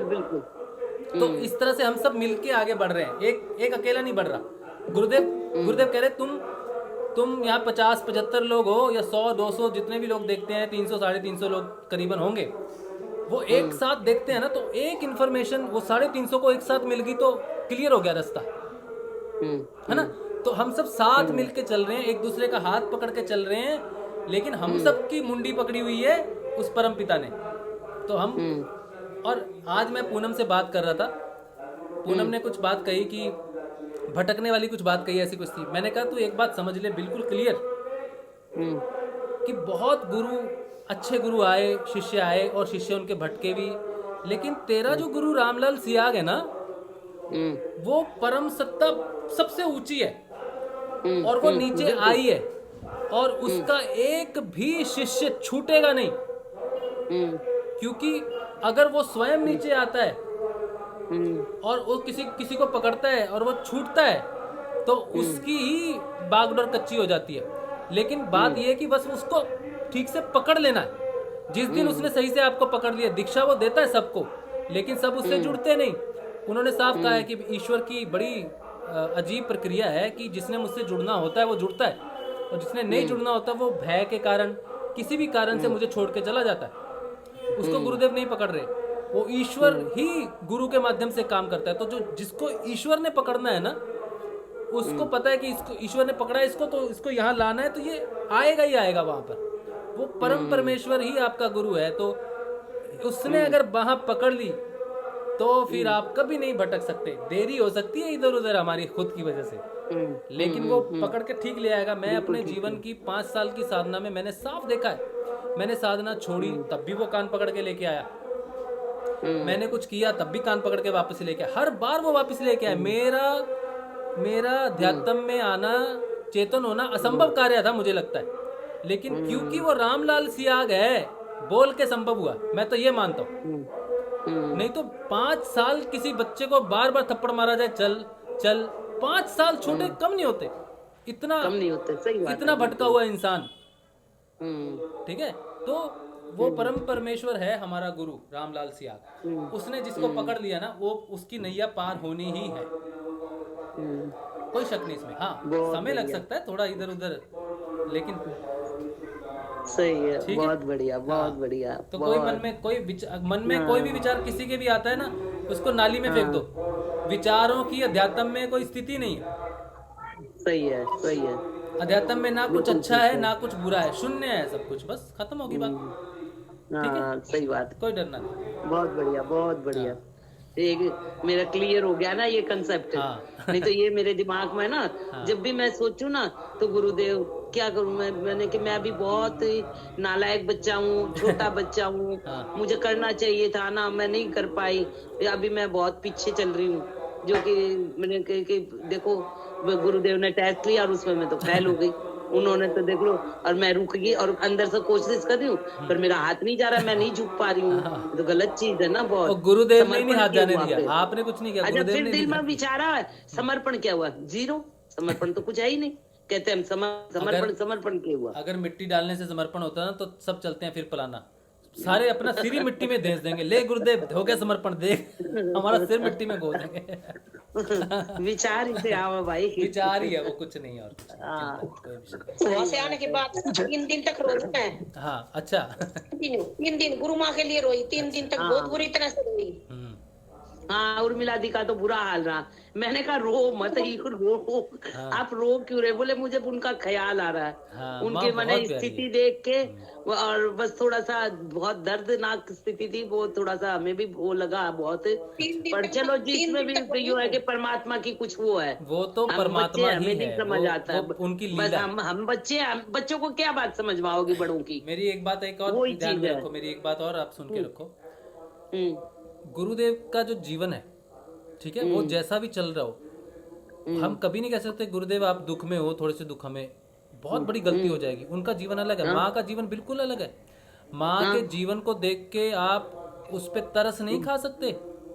वो महाशक्ति जगत जननी एक व्यवहार में है, एक रचना में है, ठीक है। और फिर पता है, हाँ, मेरे पास ना 3 दिन बाद मैसेज आया एक। हाँ, मौसमी तो बोली कि गुरु माँ बोली, मैं मिली तो रोने लगी, तो गुरु माँ बोली कि गुरु माँ ने मेरे को ये बोला, मुझे समझ नहीं आया, बोली तुम रोते हो तो ना मैं बहुत रोती हूँ, मैं भी रोती हूँ हाँ, बहुत वो अंदर डबल से। रोती है, आप रोते हो तो वो डबल 3 गुना रोती है। हाँ, तो फिर कल हैरी भी यही कह रही थी कि माँ को पता होता है हर बात का। हाँ, सब फिर उस पता दिन के होता बाद है, फिर मैं चुप हो गई, सब पता होता है। लेकिन अब भी रोती हूँ, कभी कभी रोना आता है माँ के लिए तो मेरे नहीं, को। बिल्कुल नहीं रोना, माँ बहुत गुड़िया जैसी, डॉल जैसी प्यारी सी है। उससे वो सिर्फ प्यार आता है उसके उनके प्यार लिए, ही। वो हाँ, दुख नहीं। हम आज ही मेरी बात हुई तो जन्मदिन पे भी माँ ने देखो जन्मदिन पे भी वो कनिका है, प्यारी बच्ची पारुल है, तो पता नहीं उनके मन में कैसे माँ स्पंदन करती है, पता चल जाता है। मैं अपना बर्थडे किसी को बताना नहीं चाहता क्योंकि मुझे ये सब चीज़ें महत्वपूर्ण लगती नहीं, लेकिन फिर भी वो फैल गया तो गुरु की इच्छा है। तो माँ का फ़ोन आया जन्मदिन के दिन। अब ये एक एडवांटेज थी जो मुझे नहीं पता था कि मुझे मिलेगी। तो माँ ने, कनिका ने फ़ोन किया, माँ से बात हुई, माँ ने ढेर सारे आशीर्वाद दिए। माँ को देख के मैं तो प्रसन्न ही, बस उसको देखते ही रहने का। वो क्या बोल रही है वो तो सुनने का उतना ध्यान ही नहीं है, बस उसको देखने में ओ माँ माँ माँ माँ, बस माँ जन्मदिन सफल हो गया। उसी में ही निकल जाती है सारी चीजें। तो सही बात और है। वहाँ है ना गुरुदेव के भंडारे में हलवा बहुत टेस्टी था। मैं तो बहुत सारा खाया, बहुत खाया मैं तो। नहीं, बहुत बहुत बढ़िया, बहुत आनंद। हाँ, आप और सबने भाई हाँ है भाई, हाँ। और मजे की बात, जैसे अनजान जो राजस्थान की है गुरु बहनें सारी आई थी गुरु दीक्षा के लिए, रात को भी बहुत लोग रुके हुए थे। एक सेकंड बेटा। तो एक गुरु बहन आकर मेरे से कहे थे, मैंने बोला सोनू लागो आपके लिए ना मैं दामन लाऊं, मैं जरूर पहनाऊंगी। कोई गुरु बहन थी? मैं बोली, मैंने कहा जय श्री गुरुदेव। मैंने कहा बहन आप परेशान मत हो, जोधपुर से एक बहन आवेगी और वहाँ दामन और वो माँ ने जैसा पहना ना वैसा वहाँ लेकर आवेगी, हमने भी शौक है। मैं कहा हमने बहुत शौक है, कलकत्ते की हूँ मैं बोली मैं मारवाड़ियों में पली बड़ी हुई हूँ, इसलिए मेरा कलकत्ते से बहुत अटैचमेंट है। अच्छा। बोले कि दूसरे दिन भी रजाई में उनकी पूरी फैमिली, मतलब कि इतनी बात करती रही थी गुरुदेव की। उस औरत ने बताया भाई कि मेरे बच्चे नहीं हुए, कितने 18 साल ना पता नहीं कितने साल। तो बोली बहुत इलाज करवाया, फिर किसी ने बताया कि आप वहाँ चले जाओ जोधपुर आश्रम, गुरुदेव से आशीर्वाद ले लो। अच्छा। तो बोले कि मैं रो रही थी पूरी तरह, तो गुरुदेव के पास गई तो कहा गुरुदेव मेरे बच्चे नहीं है। तो गुरुदेव बोले कि बेटा कोई दिक्कत नहीं है, हो जाओगे, बच्चे होंगे, और मैंने आप नाम ध्यान करो और बच्चे होंगे। बोले कि मैं हर साल जाती हूँ, किसी राजस्थान के लास्ट गांव से थी वो, कोई दूर से ही औरत। तो बोली कि मैं हर साल जोधपुर जाती आश्रम में, तो गुरुदेव आशीर्वाद दे देते, मतलब फिर आ जाते हम। बोले कि 4 साल हो गए मेरे, फिर भी बच्चे नहीं हुए। अच्छा। आश्रम जाते जाते। तो बोली कि मैंने सोचा कि जब चौथा साल था कि मैं आज गुरुदेव से बोलूंगी कि गुरुदेव आपने तो कहा बच्चे हो जाओगे, 4 साल हो गए मुझे तो आते हुए आपके दर पे, और मेरे तो अभी भी बच्चे नहीं हुए। तो बोले कि लाइन से लोग पैर छू रहे थे और आशीर्वाद लेके चलते जा रहे थे। बोली मेरे सामने 3 लोग पहले खड़े थे और उसके बाद मेरा नंबर था, और मेरे दिमाग में ये चल रहा था कि मैं आज गुरुदेव से ये बात कहनी है कि भाई अभी तक मेरे बच्चे नहीं हुए, आप तो कह रहे थे हो जाओगे, 4 साल हो गए हैं। तो गुरुदेव ने ना, वो 3 आदमी खड़े थे, उसके वहीं से ही हाथ उठाकर मेरी तरफ बोला कि बेटा 1 साल और रुक जा। बोली मैंने पूछा भी नहीं, वो वहीं से ही कुर्सी पे से बोले कि बेटा अभी 1 साल और रुक जा। बोले कि सही 1 साल बाद मेरे ये, उसकी बेटी छोटी सी थी खेल रही थी, बोले सही 1 साल के बाद और मेरे ये गुड़िया होगी। उनके हस्बैंड भी बता रहे। देखो गुरु को कितना पता होता है। हम वही कह रहे हैं कि हमारी साधना सिर्फ गुरुदेव को मालूम है, उनका कौन सा फल, कौन सा क्या देना है, कितना समय बाकी है, सिर्फ गुरु जानता है। बोली मैं तो हैरान रह गई कि मैंने तो, उसके हस्बैंड भी बोल रहे हैं उनके कि हमने तो अभी पूछा, मेरी वाइफ कह रही थी कि पूछूंगी आज गुरुदेव से कि भाई 4 साल तो हो गए आपके यहाँ आते हुए और फिर भी बच्चे नहीं हुए। तो बोली कि अभी 2 लोग 3 लोग और आगे थे और वहीं से मेरी तरफ उंगली उठाकर इशारा करते हुए बोले कि बेटा अभी 1 साल रुक जा। देखो बोली मैं तो हैरान। गुरुदेव देखो तो ये चीज है, मैंने कहा कमाल हो गया ना, है ना गुरुदेव। बिल्कुल बिल्कुल, उनका कि ये एक आप समर्थ गुरु ही जान सकता है अपने शिष्यों की अवस्था, हाँ। उनके कर्मों का फल कैसे और वो साधना लेडी बता रही, कटेगा। उनके हस्बैंड बता रहे, उनकी पूरी फैमिली थी, तो बोले कि मैंने कहा कि जी देखो, अपने कहा आप बोलो जय श्री गुरुदेव। हाँ, जय श्री गुरुदेव, सही बात है। वो हमारे बहुत पड़ोसी है। अच्छा, इनके पड़ोसी हैं। इनके, हाँ इनके पड़ोसी है, इनकी, हाँ इनकी फैमिली के, हनुमान जी की फैमिली के साथ ही थी वो अच्छा फैमिली। अच्छा अच्छा, बहुत अच्छा। हाँ हाँ अच्छा, जय श्री गुरुदेव उमा जय बहन। जय हाँ, जय श्री गुरुदेव बहन, जय श्री गुरुदेव। बहुत अच्छी हूँ, बहुत अच्छी, आप लोगों की बहुत याद आती है मुझे। और बस जब याद आती है तो मैं बोलती हूँ जय श्री गुरुदेव, जय श्री गुरुदेव। चलिए, बहुत अच्छा लगा ये बात की। अब मैं YouTube पे जाता हूँ, भगवती बहन के कुछ एक प्रश्न है, तो वो प्रश्न मैं ले लेता हूँ, फिर हम वापस आते हैं, ठीक है। यहाँ पर तो YouTube पे मैं आ रहा हूँ। यहाँ पे हमारी भगवती बहन ने कुछ पूछा था। अच्छा, प्रदीप भाई हैप्पी बर्थडे बोल रहे हैं, थैंक यू जी, बहुत बहुत धन्यवाद प्रदीप भाई। उसके बाद ऊपर से भी क्वेश्चन है कुछ, वो ले लेता हूँ, फिर मैं नीचे आता हूँ। भगवती जी, आपके क्वेश्चन पे जो लोग जन्मदिन की बधाई दे रहे हैं मुझे, शिव यादव भाई thank you, Chandralata ji thank you, Sushma Goswami ji बहुत बहुत धन्यवाद आपका बधाई के लिए, और योगेश खैरनार जी थैंक यू, देवेंद्र भाई थैंक यू, सारिका कांतरू जी बहुत बहुत धन्यवाद, और आप सबका बहुत बहुत धन्यवाद, सबका बहुत बहुत धन्यवाद। अच्छा, आदित्य पाटिल कह रहे हैं कि जय श्री गुरुदेव, नाद जब हम सुनते हैं तब थोड़ी दिन के बाद नाद की आवाज़ बहुत कम होनी शुरू होती है, हमारा कंसंट्रेट होना कम होता है, तब क्या करें? क्या फिर से मंत्र जाप करें? एक बात ध्यान से सुनना, हाँ सब लोग, जब हम मंत्र जपते हुए नाद की तरफ जाते हैं और जब नाद प्रकट होता है तो नाद और हम अलग है। हम नाद का ध्यान करते हैं, ठीक है, तो हम ध्यान करते हैं, हम ध्यान है, वो ध्याता, तो हो गए। जैसे जैसे ध्यान करते हैं नाद आप में समा जाएगा पूरी तरह से, और जब वो आप में समा जाएगा तो शून्य हो जाएगा, आपको उसका आभास नहीं होगा। जितना नाद सुनोगे उतना वो धीरे होगा, और सुनते सुनते ही शून्य हो जाएगा। वो बहुत तेज सुनना शुरू किया, बहुत दिन से अभ्यास चल रहा है, 2 साल 3 साल से अभ्यास चल रहा है, सुन रहे हैं, आधा घंटा हो गया या 15 मिनट हो गए, सुनते सुनते ढूंढोगे कहाँ गया कहाँ गया, आप में मिल जाएगा वो। इसका अर्थ है कि नाद, ध्यान करने वाला और ध्यान होने वाला दोनों एक हो गए, आपको उसका अलग एहसास ही नहीं होगा। तो नाद का कम होना अच्छी बात है, और वो कम होगा ना तो घबराना नहीं कि मंत्र जाप तो आप वैसे ही कर सकते हो, करते रहो, कोई बात नहीं, कोई दिक्कत नहीं है मंत्र जाप करने में। लेकिन अगर पूर्ण रूप से नाद का ही अनुसंधान कर रहे हो दिन रात तो बहुत अच्छी बात है। जब वो सुनना बंद हो जाएगा तो वो आप में मिला हुआ है, ठीक है, क्योंकि आप उसको सुन रहे हो, और फिर थोड़े दिन बाद फिर से वो सुनना शुरू हो जाएगा आपको, या फिर थोड़ी देर बाद फिर से आपको उसका आभास होना शुरू हो जाएगा, फिर से उसका अगले दिन आप अभ्यास करो, 2 दिन बाद उसका अभ्यास करो, और अगर ऐसा लगे कि नाद सुनाई नहीं दे रहा है तो मंत्र जप लो, कोई दिक्कत नहीं है। अध्यात्म में ऐसा नहीं होता कि आपने 2 दिन नाद नहीं सुना तो आप नीचे आ जाओगे और मंत्र जपने से ऊपर उठ जाओगे। मंत्र तो आपके अंदर बैठ चुका है, नाद प्रस्तुत हो चुका है, अब तो नाद और आपको एक होना है, बार बार एक होना है, बार बार मिलते रहना है, और एक समय ऐसा आएगा कि नाद गायब ही हो जाएगा बिल्कुल, फिर आप अलग ही स्थिति में पहुंच जाओगे। तो बिल्कुल घबराना नहीं कि नाद धीमे होता है, अच्छी बात है धीमा होना, ठीक है जी। अच्छा, उसके बाद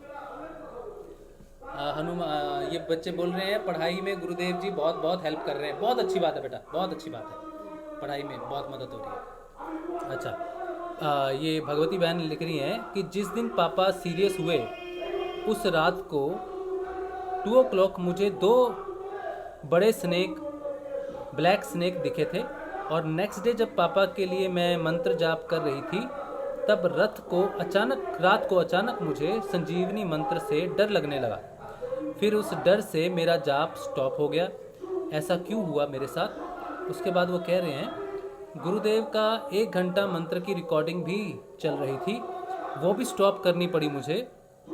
मैं बहुत डर गई। वो डर एक्सप्लेन नहीं कर सकती। अच्छा, उसके बाद सूरज भाई जन्मदिन की मुबारकबाद दे रहे हैं, धन्यवाद। और बीच में मन की परीक्षा भी होती है, बिल्कुल होती है, बिल्कुल सही बात है। और जय श्री गुरुदेव आपको कन्हैया जी। भाग्यश्री जी फिर भगवती जी फिर लिख रही हैं, उस वक्त ऐसा लगा जैसे कुछ छीन लिया मुझसे। गुरुदेव ने मुझे मंत्र जाप स्टॉप करने के लिए बोला हो जैसे। हम नहीं हैं पर साधना करें। अच्छा इतना ही है। अच्छा ठीक है। अच्छा हाँ भगवती बहन सुनो,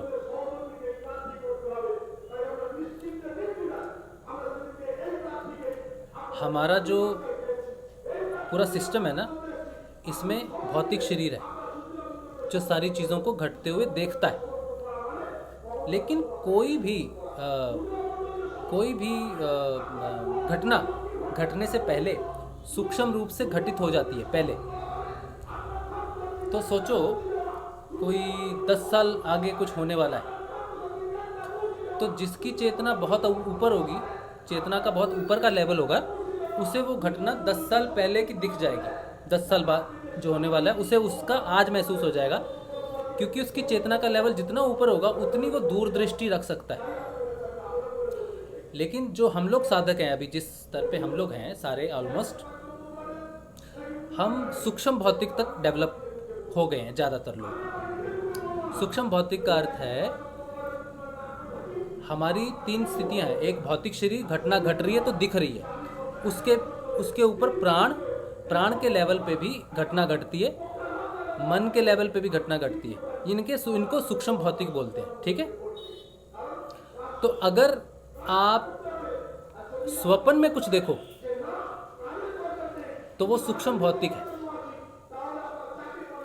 अगर आप फील करो कुछ, अचानक से सडनली आप कुछ वाइब्रेशन से फील करना शुरू कर दो, तो वो घटना सूक्ष्म रूप से घट चुकी, लेकिन अभी भौतिक रूप से घटी नहीं। अब साधक जो होता है, अगर वो ये उसके पास इतना समय रहता नहीं कि वो सूक्ष्म भौतिक में घटित हुई और पार्थिव में घटित होने से पहले उस चीज़ को बदल दे, इतनी क्षमता हम में नहीं है। अगर बहुत अच्छे डेवलप हो जाएं और हमें 6 महीने 1 महीने तक पता चल जाए कि हाँ 1 महीने बाद ये घटना घटेगी, तब हम उसमें कुछ अपनी सकारात्मक विचारों से उस चीज़ को बदल सकते हैं। घटना को बदल नहीं सकते, लेकिन रूपांतरित कर सकते हैं, थोड़ा कम सीरियस कर सकते हैं, या फिर उस चीज़ को कम ज़्यादा करते हैं। घटना तो वो घटेगी, लेकिन अवॉइड किया जा सकता है किसी स्थिति पर, अगर बहुत अच्छी स्थिति है तो जो भी आपको सूक्ष्म रूप से दिखा उस समय, और जो भी घटना सूक्ष्म रूप से घटी, वो स्थूल रूप से आपने महसूस की बाद में। ये मैं नहीं कह रहा, ये श्री अरविंदो का कहना है कि हम घटनाओं को सूक्ष्म रूप से महसूस कर लेते हैं पहले। वो जो डर आपके अंदर आया, वो उस भौतिक रूप में जब आपके सामने आपके पिताजी चले गए तो आप कितने व्यथित हुए, कितने रोए होगे, या कितने दिल आपका कितना पसीजा होगा। लेकिन वो दुख, वो डर ही दुख बनता है आगे जाके। तो उस डर को जो आपने एक्सप्लेन किया ना, वो मृत्यु वाला ही डर था। जो मंत्र का स्टॉप होना, वो सारी घटनाएं जो घट रही थी ना, वो एक संकेत था कि कुछ ऐसी घटना घटने वाली है जिसके प्रति, क्योंकि आप जाप भी पिताजी का कर रहे थे उस समय, तो 1 दिन पहले या 2 दिन पहले या 3 दिन पहले, जनरली 1 दिन की बात होती है, 1-1.5 दिन की बात होती है, सूक्ष्म रूप से मन से प्राण और ये भौतिक संसार में घटने का 24 घंटे लगा लो ज़्यादा से ज़्यादा, ठीक है। तो 24 घंटे 48 घंटे यही होते होंगे। तो आपने वही महसूस किया जो घटना घटने वाली थी। ये अध्यात्म में साधक ऐसा महसूस कर लेते हैं। आपके मन ने और आपके प्राण ने वो घटना देख ली पहले, इसीलिए आपको वो संकेत मिले, इसीलिए मंत्र रुकना शुरू हो गया। इसमें आपका कोई दोष नहीं, सिर्फ एक साधक होने के नाते आपने उस चीज़ को फील कर लिया बस। अगर आप साधक नहीं होते तो आपको वो चीज़ें फील नहीं होती। ये आपकी चेतना है जो सूक्ष्म भौतिक तक डेवलप है, और वो गंभीर हर अवस्था को आप देख लो, जान लो, वो भी संभव नहीं है अभी। लेकिन कुछ गंभीर अवस्थाएं ऐसी होती है जैसे आपके साथ हुई, वो आप सूक्ष्म भौतिक पे इतनी खलबली हो जाती है उन चीज़ों की, साधक को पता चल जाता है। मेरे बीमार होने से 1 महीना पहले मुझे पता था कि घटना घटने वाली है, क्योंकि ये बड़ी घटना थी। आपके जीवन की तो और भी बड़ी घटना है। ठीक है, तो ये जो आपने प्रश्न पूछा है, इसका आंसर इतना ही है, क्योंकि आप एक साधक हो, क्योंकि आपकी चेतना डेवलप है, क्योंकि चेतना ऊर्ध्व गति पे है, तो ऊपर से उतरने वाले घटनाएं सब कुछ पहले से ही है। हम रिकॉर्डिंग ही देखते हैं ज़्यादातर। एक साधक उस चीज़ को पहले महसूस कर लेता है, बस इतना ही जवाब है इसका। यही चेतना के स्तर होते हैं जो हमें आगाह करते हैं, एक साधक को पहले आगाह करते हैं। गुरुदेव ने अपने एक स्पीच में कहा था कि कहीं भूकंप आने वाला है या कुछ प्रॉब्लम आने वाली है तो पहले जान सकते हैं उसको। कैसे जान सकते हैं? क्योंकि वो चेतना के लेवल से अगर ध्यान करें एनवायरनमेंट के लिए, प्रकृति के लिए, तो वो घटना महसूस हो जाएगी। तो उसको बदल नहीं सकते गुरुदेव कहते हैं, लेकिन उसके प्रभाव को कम कर सकते हैं। चेतना, हम जागृत हो जाएंगे कि यार पर्टिकुलर जगह पे भूचाल आने वाला है, तो हम हटा सकते हैं वहाँ से लोगों को कि यहाँ पे घटना घटने वाली है, तो सुरक्षा के लिए यहाँ से हट जाओ। तो यही बात गुरुदेव ने कही थी, इसी बात के लिए, आपकी बात के लिए, कि आपको अपने पिताजी के लिए जो साधना आप कर रहे थे उसमें रुकावट आनी शुरू हो गई। आपको संकेत उसी समय मिल गया, और डर लगना, वो सारी चीज़ें, मृत्यु उनकी हो गई आगे। ठीक है भगवती बहन, तो बिल्कुल अब आप सोचो मत। ये साधक का प्लस पॉइंट कह लो या साधक का माइनस पॉइंट कह लो, कि उसकी चेतना उसको पहले इन चीज़ों से अवगत कराना शुरू कर देती है। ठीक है, नेक्स्ट टाइम किसी भी साधक के साथ अगर ऐसा होता है कि ऐसी कोई घटना घटने वाली है और वो मंत्र नहीं जप पा रहा है या कुछ भी है, तो आपने उसको नकारात्मक रूप में कभी लेना नहीं। ये बात मेरी सुनने के बाद कई साधक होंगे जो कहेंगे मैं मंत्र नहीं जप पा रहा, आज क्या होने वाला है, मैं 2 दिन से मंत्र नहीं जप पा रहा, क्या होने वाला है, या मैंने सर्प देख लिया सपने में, या फिर भगवती बहन ने उस दिन देखा था, राजश्री भाई बोल रहा था कि ये होने वाला, अब क्या हो सकता है, यही हो सकता है। मैं आपसे हाथ जोड़ के निवेदन करता हूँ कि मेरी बात को बिल्कुल गलत एक्सप्लेनेशन में नहीं लेना। भगवती बहन एक अलग इंसान के लिए, मतलब अपने पापा जी के लिए ध्यान कर रही थी उस समय। उनका पूरा कंसंट्रेशन सिर्फ उनके पापा जी का ध्यान था। इसीलिए जो उनको सूक्ष्म अनुभूति हुई या सूक्ष्म दुविधा आई, जाप में आई, वो उनके प्रति जो कर रहे थे तब उनको वो चीज़ हुई। बिल्कुल अलग कॉन्टेस्ट है उनका इस समय। वो बिल्कुल आत्म रूप से अपने पिताजी से जुड़ी हुई हैं, इसीलिए वो चीज़ उनको महसूस हो गई। लेकिन आप अगर जप नहीं कर पाए 2 दिन, आपका मंत्र जप नहीं हो पा रहा है, या आपको सपने में सर्प दिख गए या कुछ भी दिख गए, तो उसका कोई आगे आने वाले समय में कोई बहुत बड़ी घटना आपके साथ घटने वाली है या कुछ ऐसा अनर्थ होने वाला है, इसको अपने दिमाग में नहीं चलाना।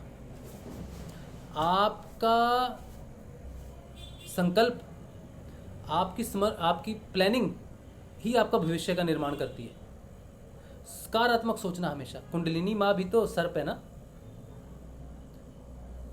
गुरुदेव श्री कृष्ण के रूप में, विष्णु के रूप में सर्प पे तो सोते हैं ना।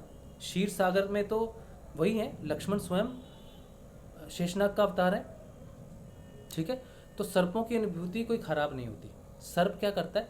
सर्प हमारे को जब दिखता है तो हमारी नेगेटिविटी को चूसता है। वो सर्प का काम है। सर्प क्या करता है? एनवायरनमेंट की जितनी भी जहर होता है ना, वो चूस लेता है। इसीलिए वो जहर उसके अंदर आता है, नेगेटिविटी को ले लेता है, नेगेटिविटी को ग्रहण कर लेता है आसपास से।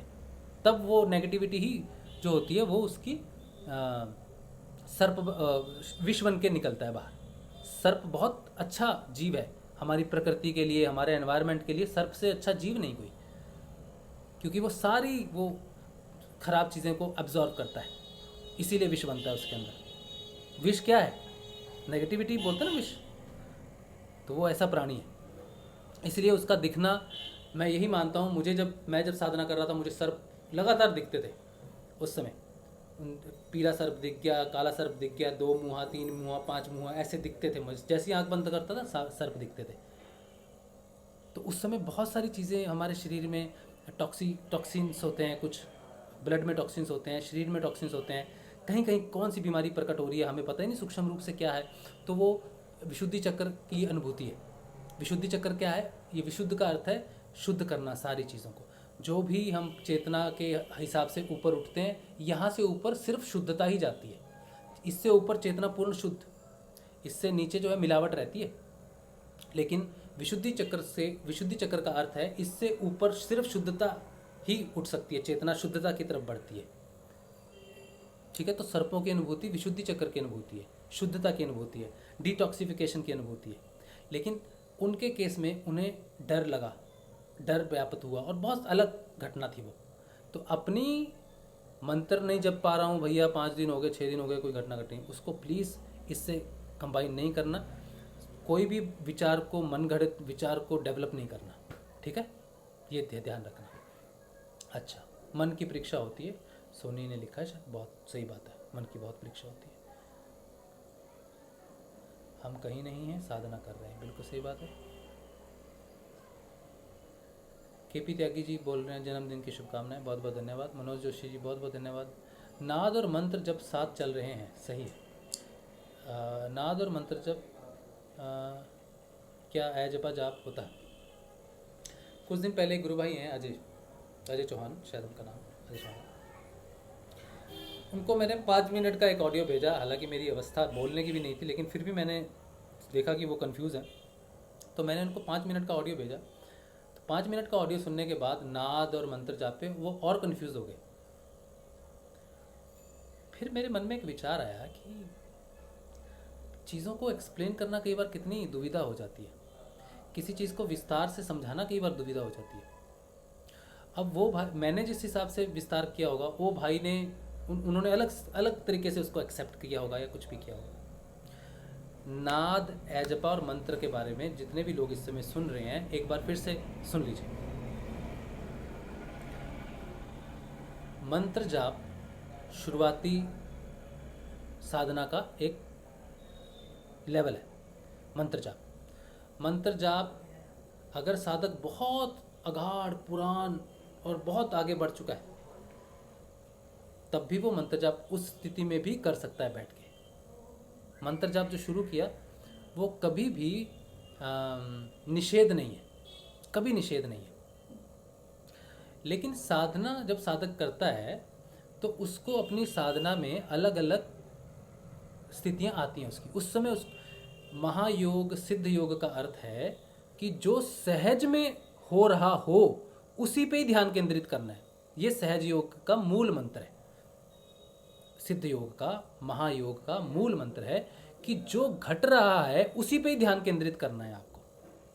ठीक है, मंत्र जाप आप कर रहे हो शुरुआती तौर पे, फिर नाद घटित हो जाता है। नाद का अर्थ है वो डिवाइन सत्ता जो कॉन्टिन्यूसली नीचे उतरती है, वो आपको सुननी शुरू हो जाती है।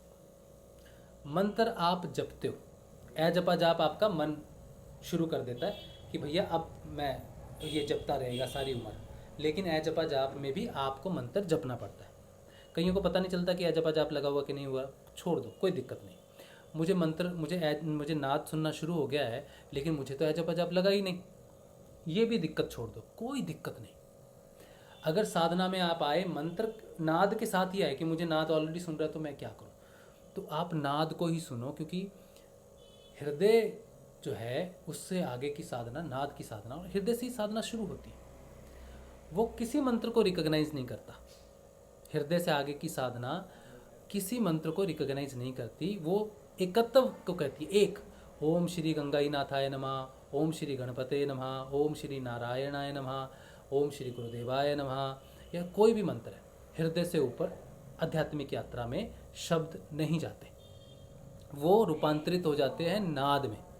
तो साधक अगर ऑलरेडी नाद तक पहुंचा है तो वो उसको सिर्फ अपने गुरु के प्रति समर्पण की जरूरत होती है कि हे श्री गुरुदेव, आप ही मेरे प्रभु गुरुदेव, आप ही मेरे मार्गदर्शक हो, मैं आपका ध्यान करता हूँ और जो इस समय मुझे नाद की प्रक्रिया, मैं नाद का ही ध्यान करता हूँ, आपका ध्यान करते हुए आपको नमस्कार करके मैं नाद का ध्यान करता हूँ। इतना ही हो जाना है। उसको अगर नाद सुनता भी है तब भी वो अगर नया आया है साधना में तो वो संजीवनी मंत्र का जाप दिन में कर सकता है, करना चाहे तो कर सकता है, कर ले तो अच्छी बात है, ठीक है, क्योंकि उसका एक कनेक्शन हो जाएगा, सिर्फ कनेक्शन के लिए। अब नाद जब आपको सुनना शुरू हो जाएगा तो नाद ऊपर से नीचे हमेशा आ रहा है, लेकिन वो जब आता है ना तो वो जैसे सोचो कि झरना गिर रहा है, झरना गिरते गिरते गायब हो गया, तो मेरी चेतना जो है यहाँ तक है, तो झरना आता था गिरता था, मैं साधक नहीं हूँ तो मुझे नाद नहीं सुनता था। जैसे ही मैंने चेतना का विस्तार किया तो नाद ने मेरी तरफ बढ़ना शुरू किया, तो एक दिन मुझे नाद सुनना शुरू हो गया। ये मेरी ब्रह्म ग्रंथि है जो सबसे पहले किसी भी चीज़ को ग्रहण करती है, ठीक है। ब्रह्म ग्रंथि सबसे पहले किसी चीज़ को ग्रहण करती है, जिसे आप सेंट्रल नर्वस सिस्टम भी कहते हो। सारे परिवर्तन जो है वो यहाँ पर आते हैं, यहाँ पर ही ज़्यादा से ज़्यादा प्रेशर दिया जाता है। जो चोटी रखते हैं ब्राह्मण वो यहाँ पर रखते हैं ताकि यहाँ पर या कह लो लंबी चोटी है तो वहाँ पे प्रोटीन ज़्यादा जाएगा, वहाँ पर ऊर्जा ज़्यादा खपत होगी, क्योंकि वो एरिया जो है वो महत्वपूर्ण एरिया है। ये एरिया आम इंसान का डेवलप नहीं होता, ये वाला, ठीक है। ये सबसे लास्ट में ये बहुत इसे रुद्र ग्रंथि भी कहते हैं, ठीक है। तो ये रुद्र ग्रंथि का एरिया है, लेकिन अगर ये पूरा एरिया आप देखो यहाँ पर तो ये डेवलप एरिया में नहीं आता। नाद जब आपको प्रकट होना शुरू होता है तो सबसे पहले यहाँ परिवर्तन करता है, फिर यहाँ बढ़ता है, और एक समय आएगा जब आपको अभी नाद आप सुनोगे ना, आपको लगता है ना लेफ्ट ईयर से आ रहा है, राइट ईयर से आ रहा है, तो इन क्षेत्रों में सुनाई देता है आपको नाद, है ना, इन क्षेत्रों में सुनाई देता है। एक समय आएगा कि आपको नाद यहाँ सुनाई देगा, इस एरिया में सुनाई देगा नाद। ये वो एरिया है जो डेवलप होना है आपका। पहले ब्रह्म ग्रंथि, नीचे के 2 चक्र हैं वो ब्रह्म ग्रंथि, फिर ऊपर के 2 चक्र हैं मणिपुर और हृदय चक्र विष्णु ग्रंथि, फिर विशुद्धि चक्र और आज्ञा चक्र जो है ये आगे आ जाता है। मतलब जैसे जैसे हम असेंड करते हैं वैसे वैसे हम यहाँ से आगे आते हैं। तो नाद भी ट्रेवल करता हुआ जब आप उसका रेगुलर अनुसंधान करोगे तो आपके सिर में यहाँ तक पहुँचने में उसको कई वर्ष लगेंगे। डिपेंड करता है आपकी साधना पे, आपके सीरियसनेस पे, कि आप नाद को कितना ध्यान देते हो। अगर आप नाद और मंत्र जाप दोनों करते हो तो हो सकता है 5 वर्ष लग जाए, और अगर आप सिर्फ और सिर्फ नाद का अनुसंधान कर रहे हो, नाद साधना कर रहे हो बड़ी सीरियसली, तो हो सकता है आप 2 वर्ष में वहाँ पहुँच जाओ, 1.5 वर्ष में आप पहुँच जाओ, 2.5 वर्ष में आप वहाँ पहुँच जाओ। तो इसका अर्थ है कि नाद को आपने सुन सुन के पूरे क्षेत्र को जागृत किया। आपका शरीर, अगर आप कहो कि आज मैंने साधना शुरू की, आज ही दिव्य रूपांतरण हो जाए, तो फट जाएगा शरीर। नरहरि भाई ने कल एक प्रश्न पूछा था कि साधना में तीव्र गति कैसे लाएं? नहीं ला सकते। अगर आज मेरी जो स्थिति है और मैं गुरुदेव से कहूँ गुरुदेव कर दो कुछ डिवाइन रूपांतरण, तो मेरा शरीर सह नहीं पाएगा, नहीं सह पाएगा, इसके टुकड़े हो जाएंगे। जो रूपांतरण नीचे उतरना है उसके लिए मेरा हृदय रेडी नहीं, मेरी इंटेस्टाइन्स, मेरे किडनी, मेरे गुर्दे, मेरी आँखें, मेरे कान, ये जितने भी तंत्र है ना, ये रेडी नहीं है। ये एरिया जो है ये ब्रेन का डेवलप नहीं है, धारण नहीं। जैसे गंगा को भागीरथी ने नीचे लाना था, कौन नीचे लाएगा? धरती तो फट जाएगी। तो शिव ने कहा कि मैं अपनी जटाओं में धारण करूँगा, क्योंकि वो वेग सह नहीं सकती। आपकी चेतना भी नीचे उतर रही है, लेकिन अगर आप कहो कि गुरुदेव फटाफट कर दो तो फट जाएगी धरती की तरह। उसके लिए शिव चाहिए। शिव जिसने गंगा को धारण किया, ये वो रुद्र ग्रंथि का ये वो एरिया है जो उस चेतना को धारण कर सकता है। और जब ये डेवलप हो जाएगा आपका, तो आपका कनेक्शन फाइनली किसके साथ होगा? अति मानसिक के साथ होगा। अति मानसिक, जिसकी बात ऋषि अरविंदो ने कही है। अति मानसिक आपके शरीर के इस केंद्र के बिल्कुल ऊपर में है। बिल्कुल ऊपर में है। लेकिन ये जो डिफरेंस है ना, टच होना और नहीं टच होना, ये तब तक नहीं हो सकता जब तक आपका ये हिस्सा, लास्ट हिस्सा डेवलप ना हो, पूर्ण रूप से विकास ना हो। क्योंकि पूर्ण योग का अर्थ है पूर्ण विकास। पूर्ण विकास का अर्थ आपके शरीर के साथ बाद में है, पहले आपके मस्तिष्क का पूर्ण विकास होना चाहिए। तो मस्तिष्क के इस भाग का विकास होता है, पढ़ाई लिखाई, यम नियम, ये इस भाग का विकास होता है। फिर जिसका हृदय डेवलप हो जाए, जिसका मणिपुर चक्र डेवलप हो जाए, उसका इस भाग का विकास हो जाता है। और फिर जिसका काम, क्रोध और हीट, जो भी ऊर्जा, हीट ऊर्जा होती है जो हमें व्याकुल करती है, गुस्सा दिलाती है, काम घटना करती है, ये सब करती है, वो सब भी उसका डेवलप हो जाए तो उसका ये हिस्सा डेवलप हो जाता है।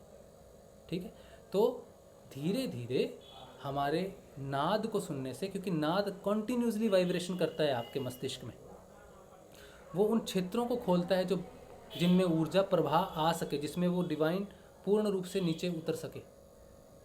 तो जब आप नाद का अनुसंधान करते हो तो आपके मस्तिष्क के पॉसिबिलिटीज़ खुलनी शुरू हो जाती हैं। और जिस दिन ये पूरा रेडी हो गया सिस्टम आपका, आगे का भी, पीछे का तो ठीक है, रेडी हो जाता है, हो ही रेडी ही है। जो आप धारण कर रहे हो ना, अभी नाद को ग्रहण करना, उतरना, वो सब वो तो रेडी ही दिया है गुरुदेव ने। लेकिन दिमाग का कुछ हिस्सा रेडी नहीं है, फ्रंटल लोब्स। तो जिस दिन ये रेडी हो गई,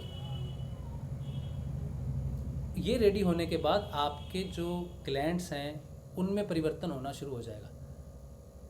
ग्लैंड्स परिवर्तन होने शुरू हो जाएंगे। जो बीमारियां हैं, जो भूख है, जो प्यास है, वो नियंत्रित होनी शुरू हो जाएगी। निद्रा, जब आपका डिवाइन के साथ कनेक्शन होने वाला होगा ना, उससे पहले भूख पूर्ण रूप से आपके नियंत्रण में हो जाएगी। आपकी निद्रा पूर्ण रूप से आपके नियंत्रण में हो जाएगी। आधे घंटे की नींद इनफ हो जाएगी।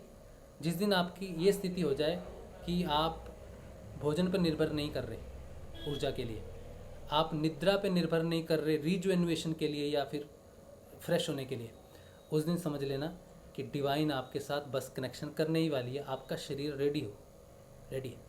अभी आपका शरीर रेडी नहीं। इसीलिए ये जो नाद प्रकट हुआ है, ये आपकी साधना में आपको बहुत मदद करता है। अगर आप सीरियसली इसकी साधना करोगे तो आप उसको फ्रंटल लॉब्स तक लाने में सफल हो जाओगे।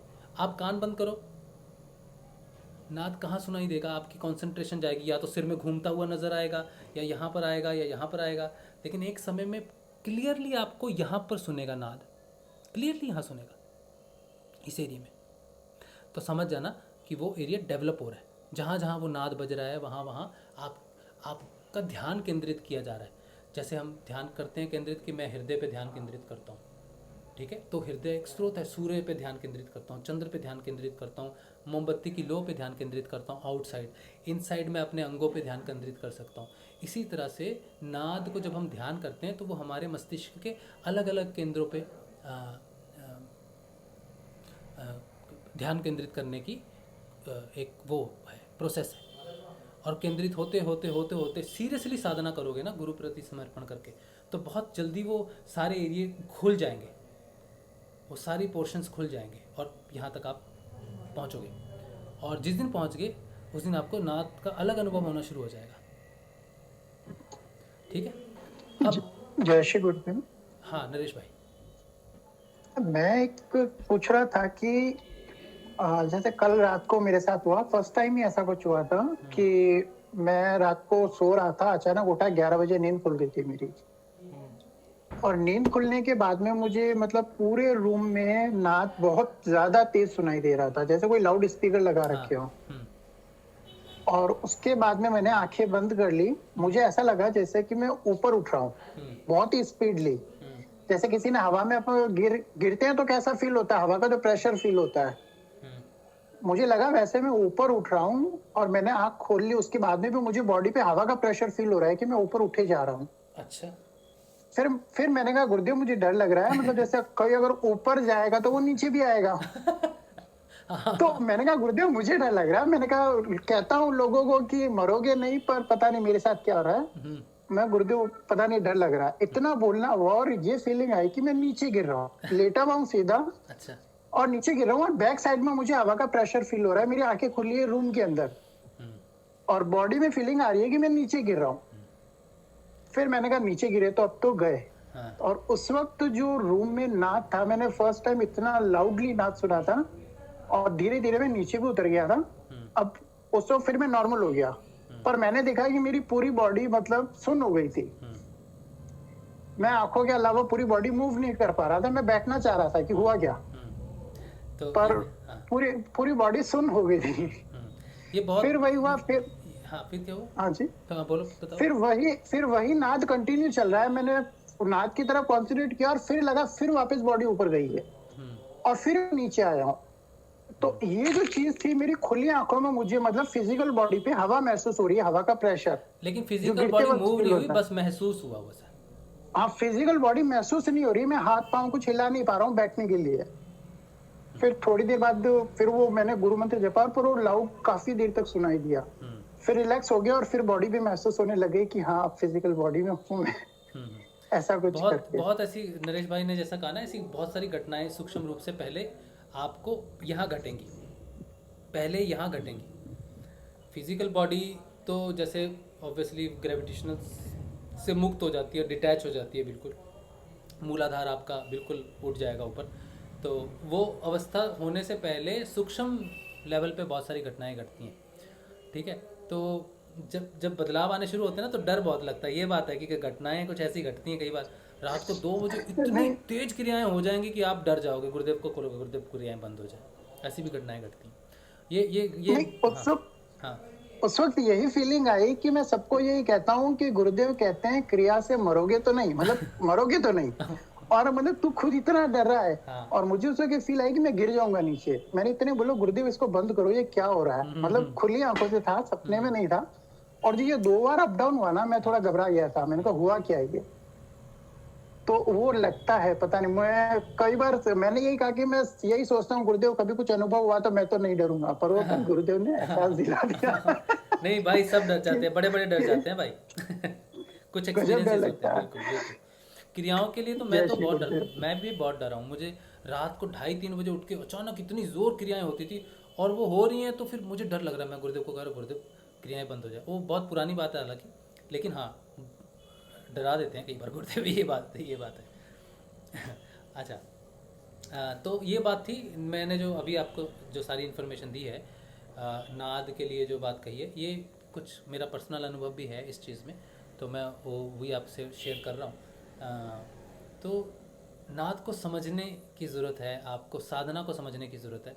मंत्र कभी भी निषेध नहीं होता, लेकिन अगर आप एक चीज़ को साधना करोगे, एक चीज़ पे लाइन पटरी पे रहोगे, तो किसी वजह से वो आपके जीवन में प्रस्तुत हुई है। नाद पहले दिन नहीं सुनता आपको, समय के बाद आप में आता है, आप प्राप्त करते हो उसको, एक नया साधन मिलता है, एक नया स्टेप है आपके लिए। तो नाद को एक्सेप्ट करो, नाद का ध्यान करो। ध्यान का मतलब है अनुसंधान करो, सुनो उसको। वो बहुत घुमाता है अपने पीछे, घुमाता रहेगा। फिर एक समय आएगा जब वो जगह जगह पर केंद्रित होना शुरू हो जाएगा। और फिर मैं नहीं जानता कि ये अंतिम स्थान है उसके केंद्रित होने का, नहीं है, लेकिन हाँ यहाँ पर केंद्रित हो गया, यहाँ पर हो गया, पीछे हो गया, घूम गया, सारा घूम गया। अब मैं जहाँ तक जानता हूँ फ्रंटल लॉब्स डेवलप नहीं होती है, और यहाँ पे वैसे भी रुद्र ग्रंथि सबसे लास्ट में खुलती है। हो सकता है कि रुद्र ग्रंथि को खोलने के लिए ही वो यहाँ पर आता है, और रुद्र ग्रंथि सबसे लास्ट बाधा होती है, सबसे डिफ़िकल्ट होती है, जिसे वही कहते हैं सिर्फ गुरु ही खोलता है। तो वो नाद ही गुरु है, तो वो आता है यहाँ पर जो उसको खोलता है। और ये एक बार खुलती है तो समझ लो शिव जैसे शिव ने गंगा को धारण किया है, वैसे ही उस चेतना को यहाँ पहले धारण करना ज़रूरी है। लेकिन ये परिवर्तन करेगी, पहले आपके ग्लैंड्स में परिवर्तन करेगी, आपकी निद्रा में, आपकी भूख में, आपकी डिपेंडेंसी में, शरीर में परिवर्तन करेगी, ताकि वो डिवाइन ट्रांसफॉर्मेशन हो सके। अगर मैं 10 किलो खाना खाता हूँ रोज़ का, और एक ही दिन में मैं कहूँगा भी मेरी तो डिवाइन ट्रांसफॉर्मेशन होगी, तो मेरे अंग प्रत्यंग तो रिएक्ट ही नहीं कर पाएंगे, वो नहीं धारण कर पाएंगे उस चीज़ को। तो किसी भी चीज़ की कोई बीमारी हो सकती है कि हाँ एक दिन खाना छोड़ दिया और प्रॉब्लम हो सकती है। तो पहले आपका ये हिस्सा डेवलप होगा, आपके अंग प्रत्यंगों का डेवलपमेंट होगा, रूपांतरण होगा, उसके बाद चेतना शरीर में उतरेगी जब रेडी हो जाएगा सारा सामान। तो ये एक यात्रा है हमारी, जल्दबाजी नहीं करनी है। मंत्र जपो, मंत्र के बाद ए जपा नहीं लगा उसकी तो आप चिंता ही छोड़ दो, ए जपा का तो चिंता छोड़ दो। आप मंत्र जपो, नाद सुन रहा है तो नाद सुनो, और नाद नहीं सुन पा रहे हो तो मंत्र जप लो उस समय के लिए, ठीक है। बस यही सिंपल चीज़ है। क्यों कंफ्यूज हो रहे हो कि नाद और मंत्र एक साथ चल सकता है कि नहीं चल सकता? क्यों नहीं चल सकता? किसी ने कहीं लिखा है कि मंत्र जाप और जपा जाप, मंत्र जाप और नाद एक साथ करना बहुत निषेध है? गुरुदेव ने कहा नाद सुन रहे तो बेटा अब नाद सुनो।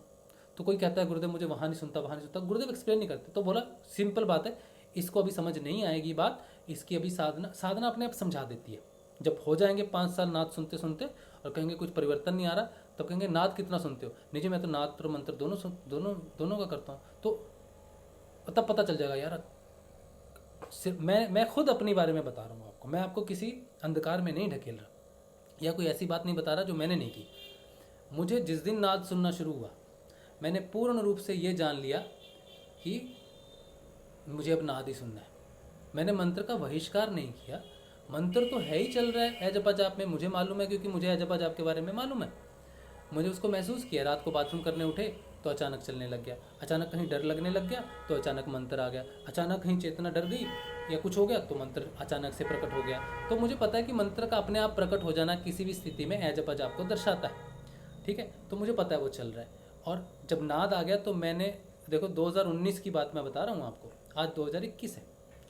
जब मैं हॉस्पिटल में गया अभी कुछ दिन पहले, तब वहाँ पर नाद सुनने की सुविधा थी नहीं। तब मैं उस जिस स्थिति में था तो मैं अपने गुरु को याद कैसे करूं? तो मैंने उस समय मंत्र जपा। जब मैं बीमार था तो मैंने मंत्र जपा, लेकिन मैंने नाद बहुत सुना।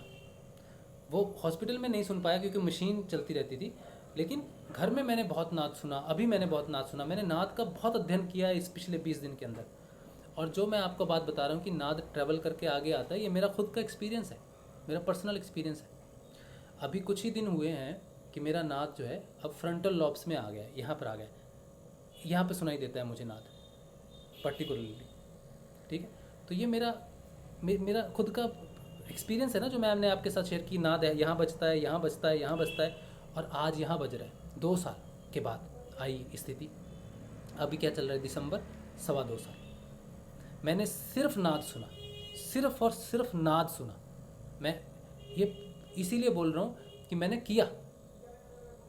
मैं आपको कोई धोखे में नहीं रख रहा कि आप मंत्र जाप छोड़ दो, कुछ भी कर लो। जब मेरा ए जपा जाप अचानक से, जैसे मैं चलने लगता था, क्योंकि मैं चलते चलते जाप करता था, जब मैं चलने लगता था तो वो ए जप मंत्र याद आ जाता था, तो मैं जप लेता था। लेकिन मैं कोशिश नहीं करता था मंत्र जपने की किसी भी अवस्था में। मैं जब जाता था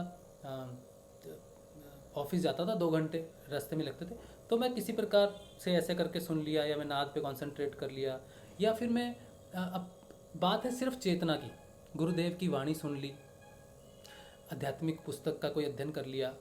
सिर्फ अपनी चेतना को अध्यात्म में लगा के रखना ही मेन मकसद है। ऊर्ध्व गति होनी चाहिए, ऊर्ध्व मुखी होनी चाहिए चेतना आपकी, ठीक है। और अगर आप बहुत शोर शराबे में नहीं सुन पा रहे और गुरुदेव का आपको ध्यान करना है, तो आपको मंत्र जपना ही चाहिए। आप अकेले बैठ के क्या करोगे? नाद नहीं सुन पा रहे, क्या करोगे बैठ के? गुरुदेव 2 घंटे का सफ़र है, मंत्र तो जपोगे ना, तो जपो, कोई दिक्कत नहीं। लेकिन नाद छूटना नहीं चाहिए। आपने ये नहीं कहना कि आज पूरा दिन मैंने बहुत मंत्र जपाया भाई, 2.5 घंटे 4 घंटे मैंने मंत्र जपाया, तो रात को आराम से सो गए। आप तो रोज़ नाद अनुसंधान करते थे, और आज 5 घंटे अपने मंत्र सुन लिया और रात को नाद छोड़ दिया, तो नाद अनुसंधान में तो विघ्न पड़ गया ना। तो आप मंत्र जपो दिन में, लेकिन नाद छूटना नहीं चाहिए।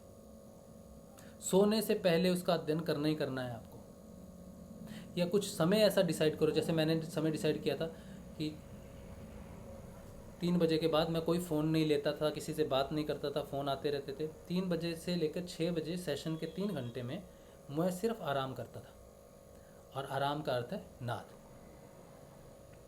ठीक है। नाद सुनना है, निद्रा आ गई तो आ गई, नहीं आई तो जय राम जी की। तो शाम को, रात को सोने से पहले नाद सुनना है। अभी भी मैं अपने वाइफ को, अपने बच्चों को यही कहता हूँ, अरे यार तुम लोग नाद सुन लो, मंत्र जप लो, कुछ तो कर लो। मैं उनको रोज़ ही, आज अभी तक मुझे इनको बोलना पड़ता है रोज़ बोलता हूँ इनको कि तुम खुद नहीं सुन रहे, मुझे सुनने दो। आज भी मैं नाद का अध्ययन करता हूँ, और इस समय तो मैंने ज़्यादा किया क्योंकि मैं जिस परिस्थिति में था उस परिस्थिति में मुझे बहुत ज़रूरत थी।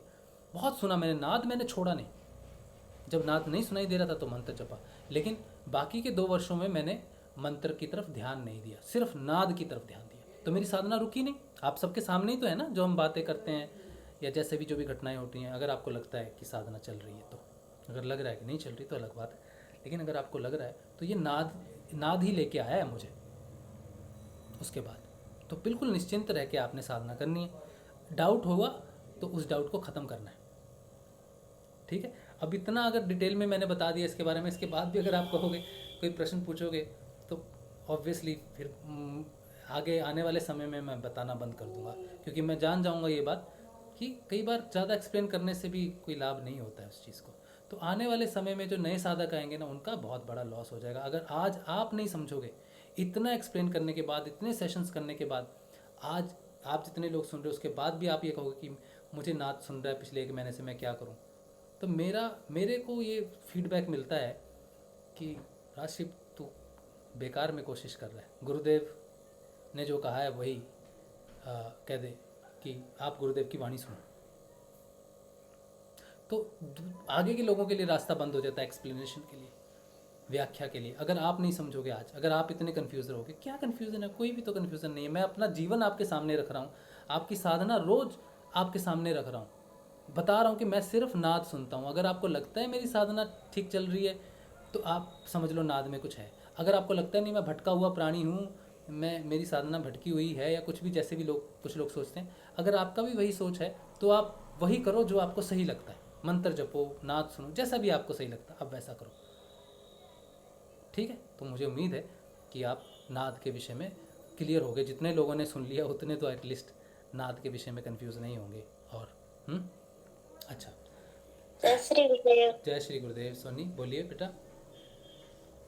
मैंने नाद बहुत सुनी पर अब मेरी नाद पता नहीं कहाँ गई, सुनाई नहीं देती है। यही बात मैंने थोड़ी देर पहले कही थी ना कि नाद सुनाई नहीं देगी। नाद और आप पहले 2 अलग चीज़ें हो, ठीक है। आप नाद का ध्यान कर रहे हो डिवाइन का, एक समय आता है कि नाद सुनाई ही नहीं देगी आपको, वो आप में ही मिश्रित हो जाएगी। कुछ दिन बाद वो वापस सुननी शुरू हो जाएगी, ठीक है। वो बिल्कुल शून्य हो जाएगी, बिल्कुल नहीं घबराना है, ठीक है।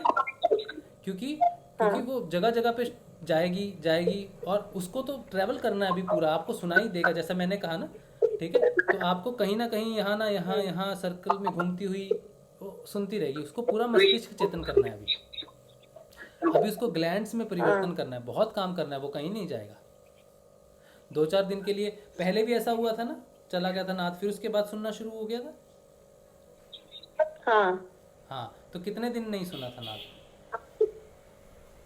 अभी तो सुनाई नहीं दे रहा, 2 महीने हो गए। पहले बीच में थोड़े दिन सुनाई दी थी। नाद अभी कान बंद करके सुनाई नहीं देता बिल्कुल भी? नहीं, मैं हमेशा ऐसी, अब तो आदत हो गई, कानों में उंगली डाल देती पर सुनाई नहीं देती है। नहीं, 2 महीने तक, 2 महीने से नाद सुना नहीं तुमको? नहीं, ऐसा तो नहीं होना चाहिए। नाद थोड़ी देर के लिए सुनते सुनते गायब हो जाता है, ये बात अलग है, ठीक है। लेकिन वो तो आ ही नहीं रही। तो पहले कौन से कान से आता था? दोनों से आता था। अच्छा खासा नाद सुनाई देता था। हाँ। तो रात को भी अभी सुनाई नहीं दे रहा बिल्कुल? ये बड़ी अचंभित सी बात है। नहीं। तो क्या करते हो अभी, मंत्र जपते हो? हाँ, मंत्र जपती हूँ। अच्छा, तो फिर मंत्र जपने से भी प्रकट नहीं हो रहा नाद? नहीं। कितना दिन नाद का अध्ययन किया? जपा भी। आय जपा का बात छोड़ दो। आय जपा का कोई कॉन्सेप्ट हम डिस्कस नहीं कर सकते, ना मैं समझा सकता हूँ ना आप समझ सकते हो। तो आय जपा आपको नहीं डिस्कस करेंगे। सीधा ये बताओ कि नाद कितना दिन सुनाई दिया आपको? पहले सुनाई देती थी, तब पहले बताया था। कितना समय, मतलब 6 महीने, 4 महीने, 8 महीने, कितना समय आपको नाद लगातार सुनाई दिया?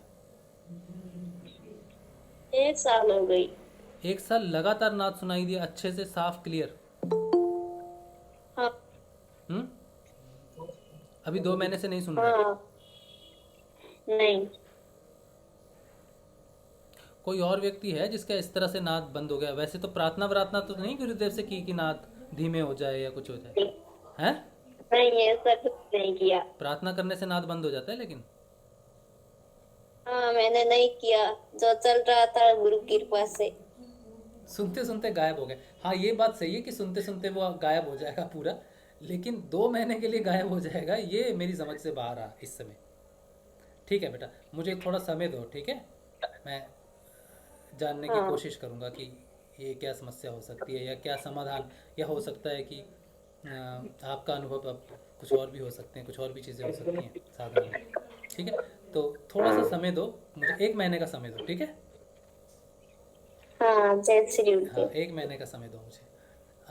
क्योंकि नाद अनुसंधान पे कुछ पुस्तकें हो सकती हैं, तो बच्ची के लिए थोड़ा सा मैं देखता हूँ बेटा, कोई पुस्तक मुझे अगर मिले नाद अनुसंधान पे तो मैं आपके लिए पढ़ता हूँ। हाँ, मेरी समझ में जो मेरे अनुभव में था वो तो उससे तो बाहर है जो आपने कहा है अभी। हाँ, एक गुरु भाई हैं, उन्होंने प्रार्थना की थी तो बंद हो गया था, ये मुझे पता है। थोड़े समय के लिए बंद हो जाए ये भी मुझे पता है, 2 दिन 3 दिन के लिए बंद हो जाए तो भी ठीक है।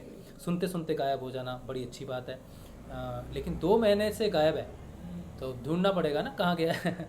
तो बेटा मुझे 1 महीने का समय दो, क्योंकि 1 महीने में मैं ज़रूर कुछ ना कुछ गुरु कृपा से, मैं गुरु का आशीर्वाद से ही कुछ आपके लिए पढ़ूंगा, ठीक है? क्योंकि आप तो नहीं पढ़ पाओगे अभी वो चीज़ें, तो मैं आपके लिए पढ़ूंगा और मुझे मिल जाएगा तो मैं आपको ज़रूर इस बात का जवाब दूंगा, ठीक है? बस गुरुदेव से प्रार्थना करना कि गुरुदेव वो जवाब दें, तब मुझे मिलेगा जवाब, नहीं तो मुझे नहीं मिलने वाला। मैं खोजने जाऊंगा आपके लिए तो नहीं मिलने वाला। गुरुदेव से प्रार्थना करना कि गुरुदेव मुझे जवाब मिल जाए, हो सकता है मेरे माध्यम से, हो सकता है किसी और के माध्यम से, कहीं से भी मिल जाए, ठीक है? हम दोनों कोशिश करेंगे ढूंढने की इस बात को। मैं भी गुरुदेव से प्रार्थना करता हूँ इस चीज़ की कि गुरुदेव इसका ज्ञान प्रकट करो कि कहाँ चला गया हमारा नाथ, ठीक है? चलो, चिंता नहीं करनी बेटा, तब तक आप मंत्र जपना। हाँ, ठीक है, चलो। अच्छा, चलिए, प्रश्न कुछ आ गया है। सांस आती है तब जैसे कान से आ रही है, ये काफ़ी दिन पहले की बात है। नाद चली गई, अब कभी भी ध्यान शुरू हो जाता है, कभी भी ध्यान शुरू हो जाता है, लेकिन ये बहुत अच्छी बात है, ठीक है? तुम जिस अवस्था में हो ना सोनी, वो बहुत अच्छी अवस्था है, वो ध्यान की बहुत अच्छी अवस्था है। सिर्फ खोज ये करनी है कि नाद क्यों नहीं प्रकट हो रहा, या कोई ऐसी स्थिति है जो नाद से, क्योंकि ध्यान किसी भी समय लगना, ये तो मैं खुद कहता हूँ ये बहुत अच्छी स्थिति है। जब बैठें तभी ध्यान लगे ना, वो माँ हमेशा हमें देखती है, ध्यान करवा देती है। कभी भी हमारी ज़रूरत के हिसाब से, रात को जैसे हमारी सांसें धीरे हो जाती हैं तो उस समय अगर प्राणायाम करवाना हो, उस समय कोई अनुभूति करवानी हो तो रात को बिठा देती है, तो ये अच्छी बात है। रुद्र ग्रंथि स्कूल में भी शुरू होता है। हाँ, हो जाता है बेटा, ये ऑफिस में भी शुरू हो जाता है, बस में भी शुरू हो जाता है। तब ऐसे समय में गुरुदेव से प्रार्थना करनी चाहिए कि अभी के लिए क्रियाएं बंद हो जाए, अभी के लिए क्रियाएं बंद हो जाए, ठीक है? या आगे चक्कर पे प्रेस करना है ऐसे करके, तो वो क्रियाएं उस समय के लिए शांत हो जाएंगी। ऐसा आपने ट्राई करना है, ठीक है? अगर स्कूल में हो, क्योंकि स्कूल वाले तो समझेंगे नहीं, ठीक है? हाँ, स्कूल टीचर भी परेशान हो जाते हैं। परेशान हो जाएंगे, वो समझेंगे नहीं उस बात को, ठीक है? तो आपने आज्ञा चक्कर प्रेस करनी है और मन ही मन गुरुदेव से लगातार प्रार्थना करनी है, तो वो ठीक हो जाएगा। अच्छा, और इन्होंने पूछा है रुद्र ग्रंथि खुलेगी तब क्या महसूस होगा? अभी छोड़ देते हैं इस सब्जेक्ट को, ठीक है? वो बहुत आगे की बात है। आपकी जब रुद्र ग्रंथि खुलेगी तो अभी आपको समझ में नहीं आएगी वो चीज़। अभी आपकी रुद्र ग्रंथि डेवलप होनी है, क्योंकि आप जिस उम्र में हो इस समय रुद्र ग्रंथि डेवलप होती है, ठीक है बेटा? अच्छा, जय श्री गुरुदेव। अच्छा, उसके बाद मेरे साथ भी ऐसा हुआ है, मुझे भी नाद नहीं सुनाई देता है।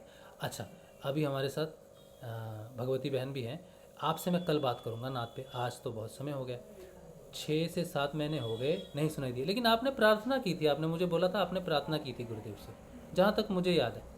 लेकिन मैं कल आपसे बात करूँगा, ठीक है?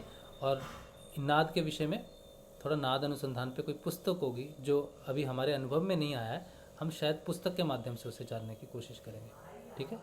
लेकिन देखेंगे कि नाद अचानक चला कहाँ जाता है, ठीक है? हाँ सर जी, जय गुरुदेव। हाँ जी, कमल भाई, जय Shri Gurudev. Happy birthday sir जी। थैंक यू, बहुत बहुत धन्यवाद। बहुत बहुत बधाई हो। बहुत बहुत धन्यवाद गुरु भाई, बहुत बहुत धन्यवाद कमल भाई। चलिए, आप सबका बहुत बहुत धन्यवाद जिन्होंने भी शुभकामनाएं मुझे दी, और जिनको नहीं पता है और नहीं दे पाए, कोई बात नहीं, आप सबका धन्यवाद। और सुबह के ध्यान में मिलेंगे सुबह 6:30 बजे, और नियमित ध्यान कीजिए, और प्रश्न उत्तरों का जवाब सारे के सारे जो हैं हमारे गुरुदेव ही देंगे। बस हमने गुरुदेव से पूछना है, हमारे हर प्रश्न का जवाब पहले गुरुदेव से पूछना है, उसके बाद माध्यम गुरुदेव किसी को भी बना सकते हैं। ठीक है, चलिए तो आज का सेशन यहीं रखते हैं गुरुदेव के श्री चरणों में, और कल मिलेंगे सुबह के ध्यान में 6:30 बजे। जय श्री गुरुदेव, जय श्री दादा गुरुदेव, जय श्री गुरुदेव, जय श्री साईं, जय श्री, जय श्री गुरुदेव, जय दादा गुरुदेव, जय श्री, जय श्री दादा, जय श्री गुरुदेव।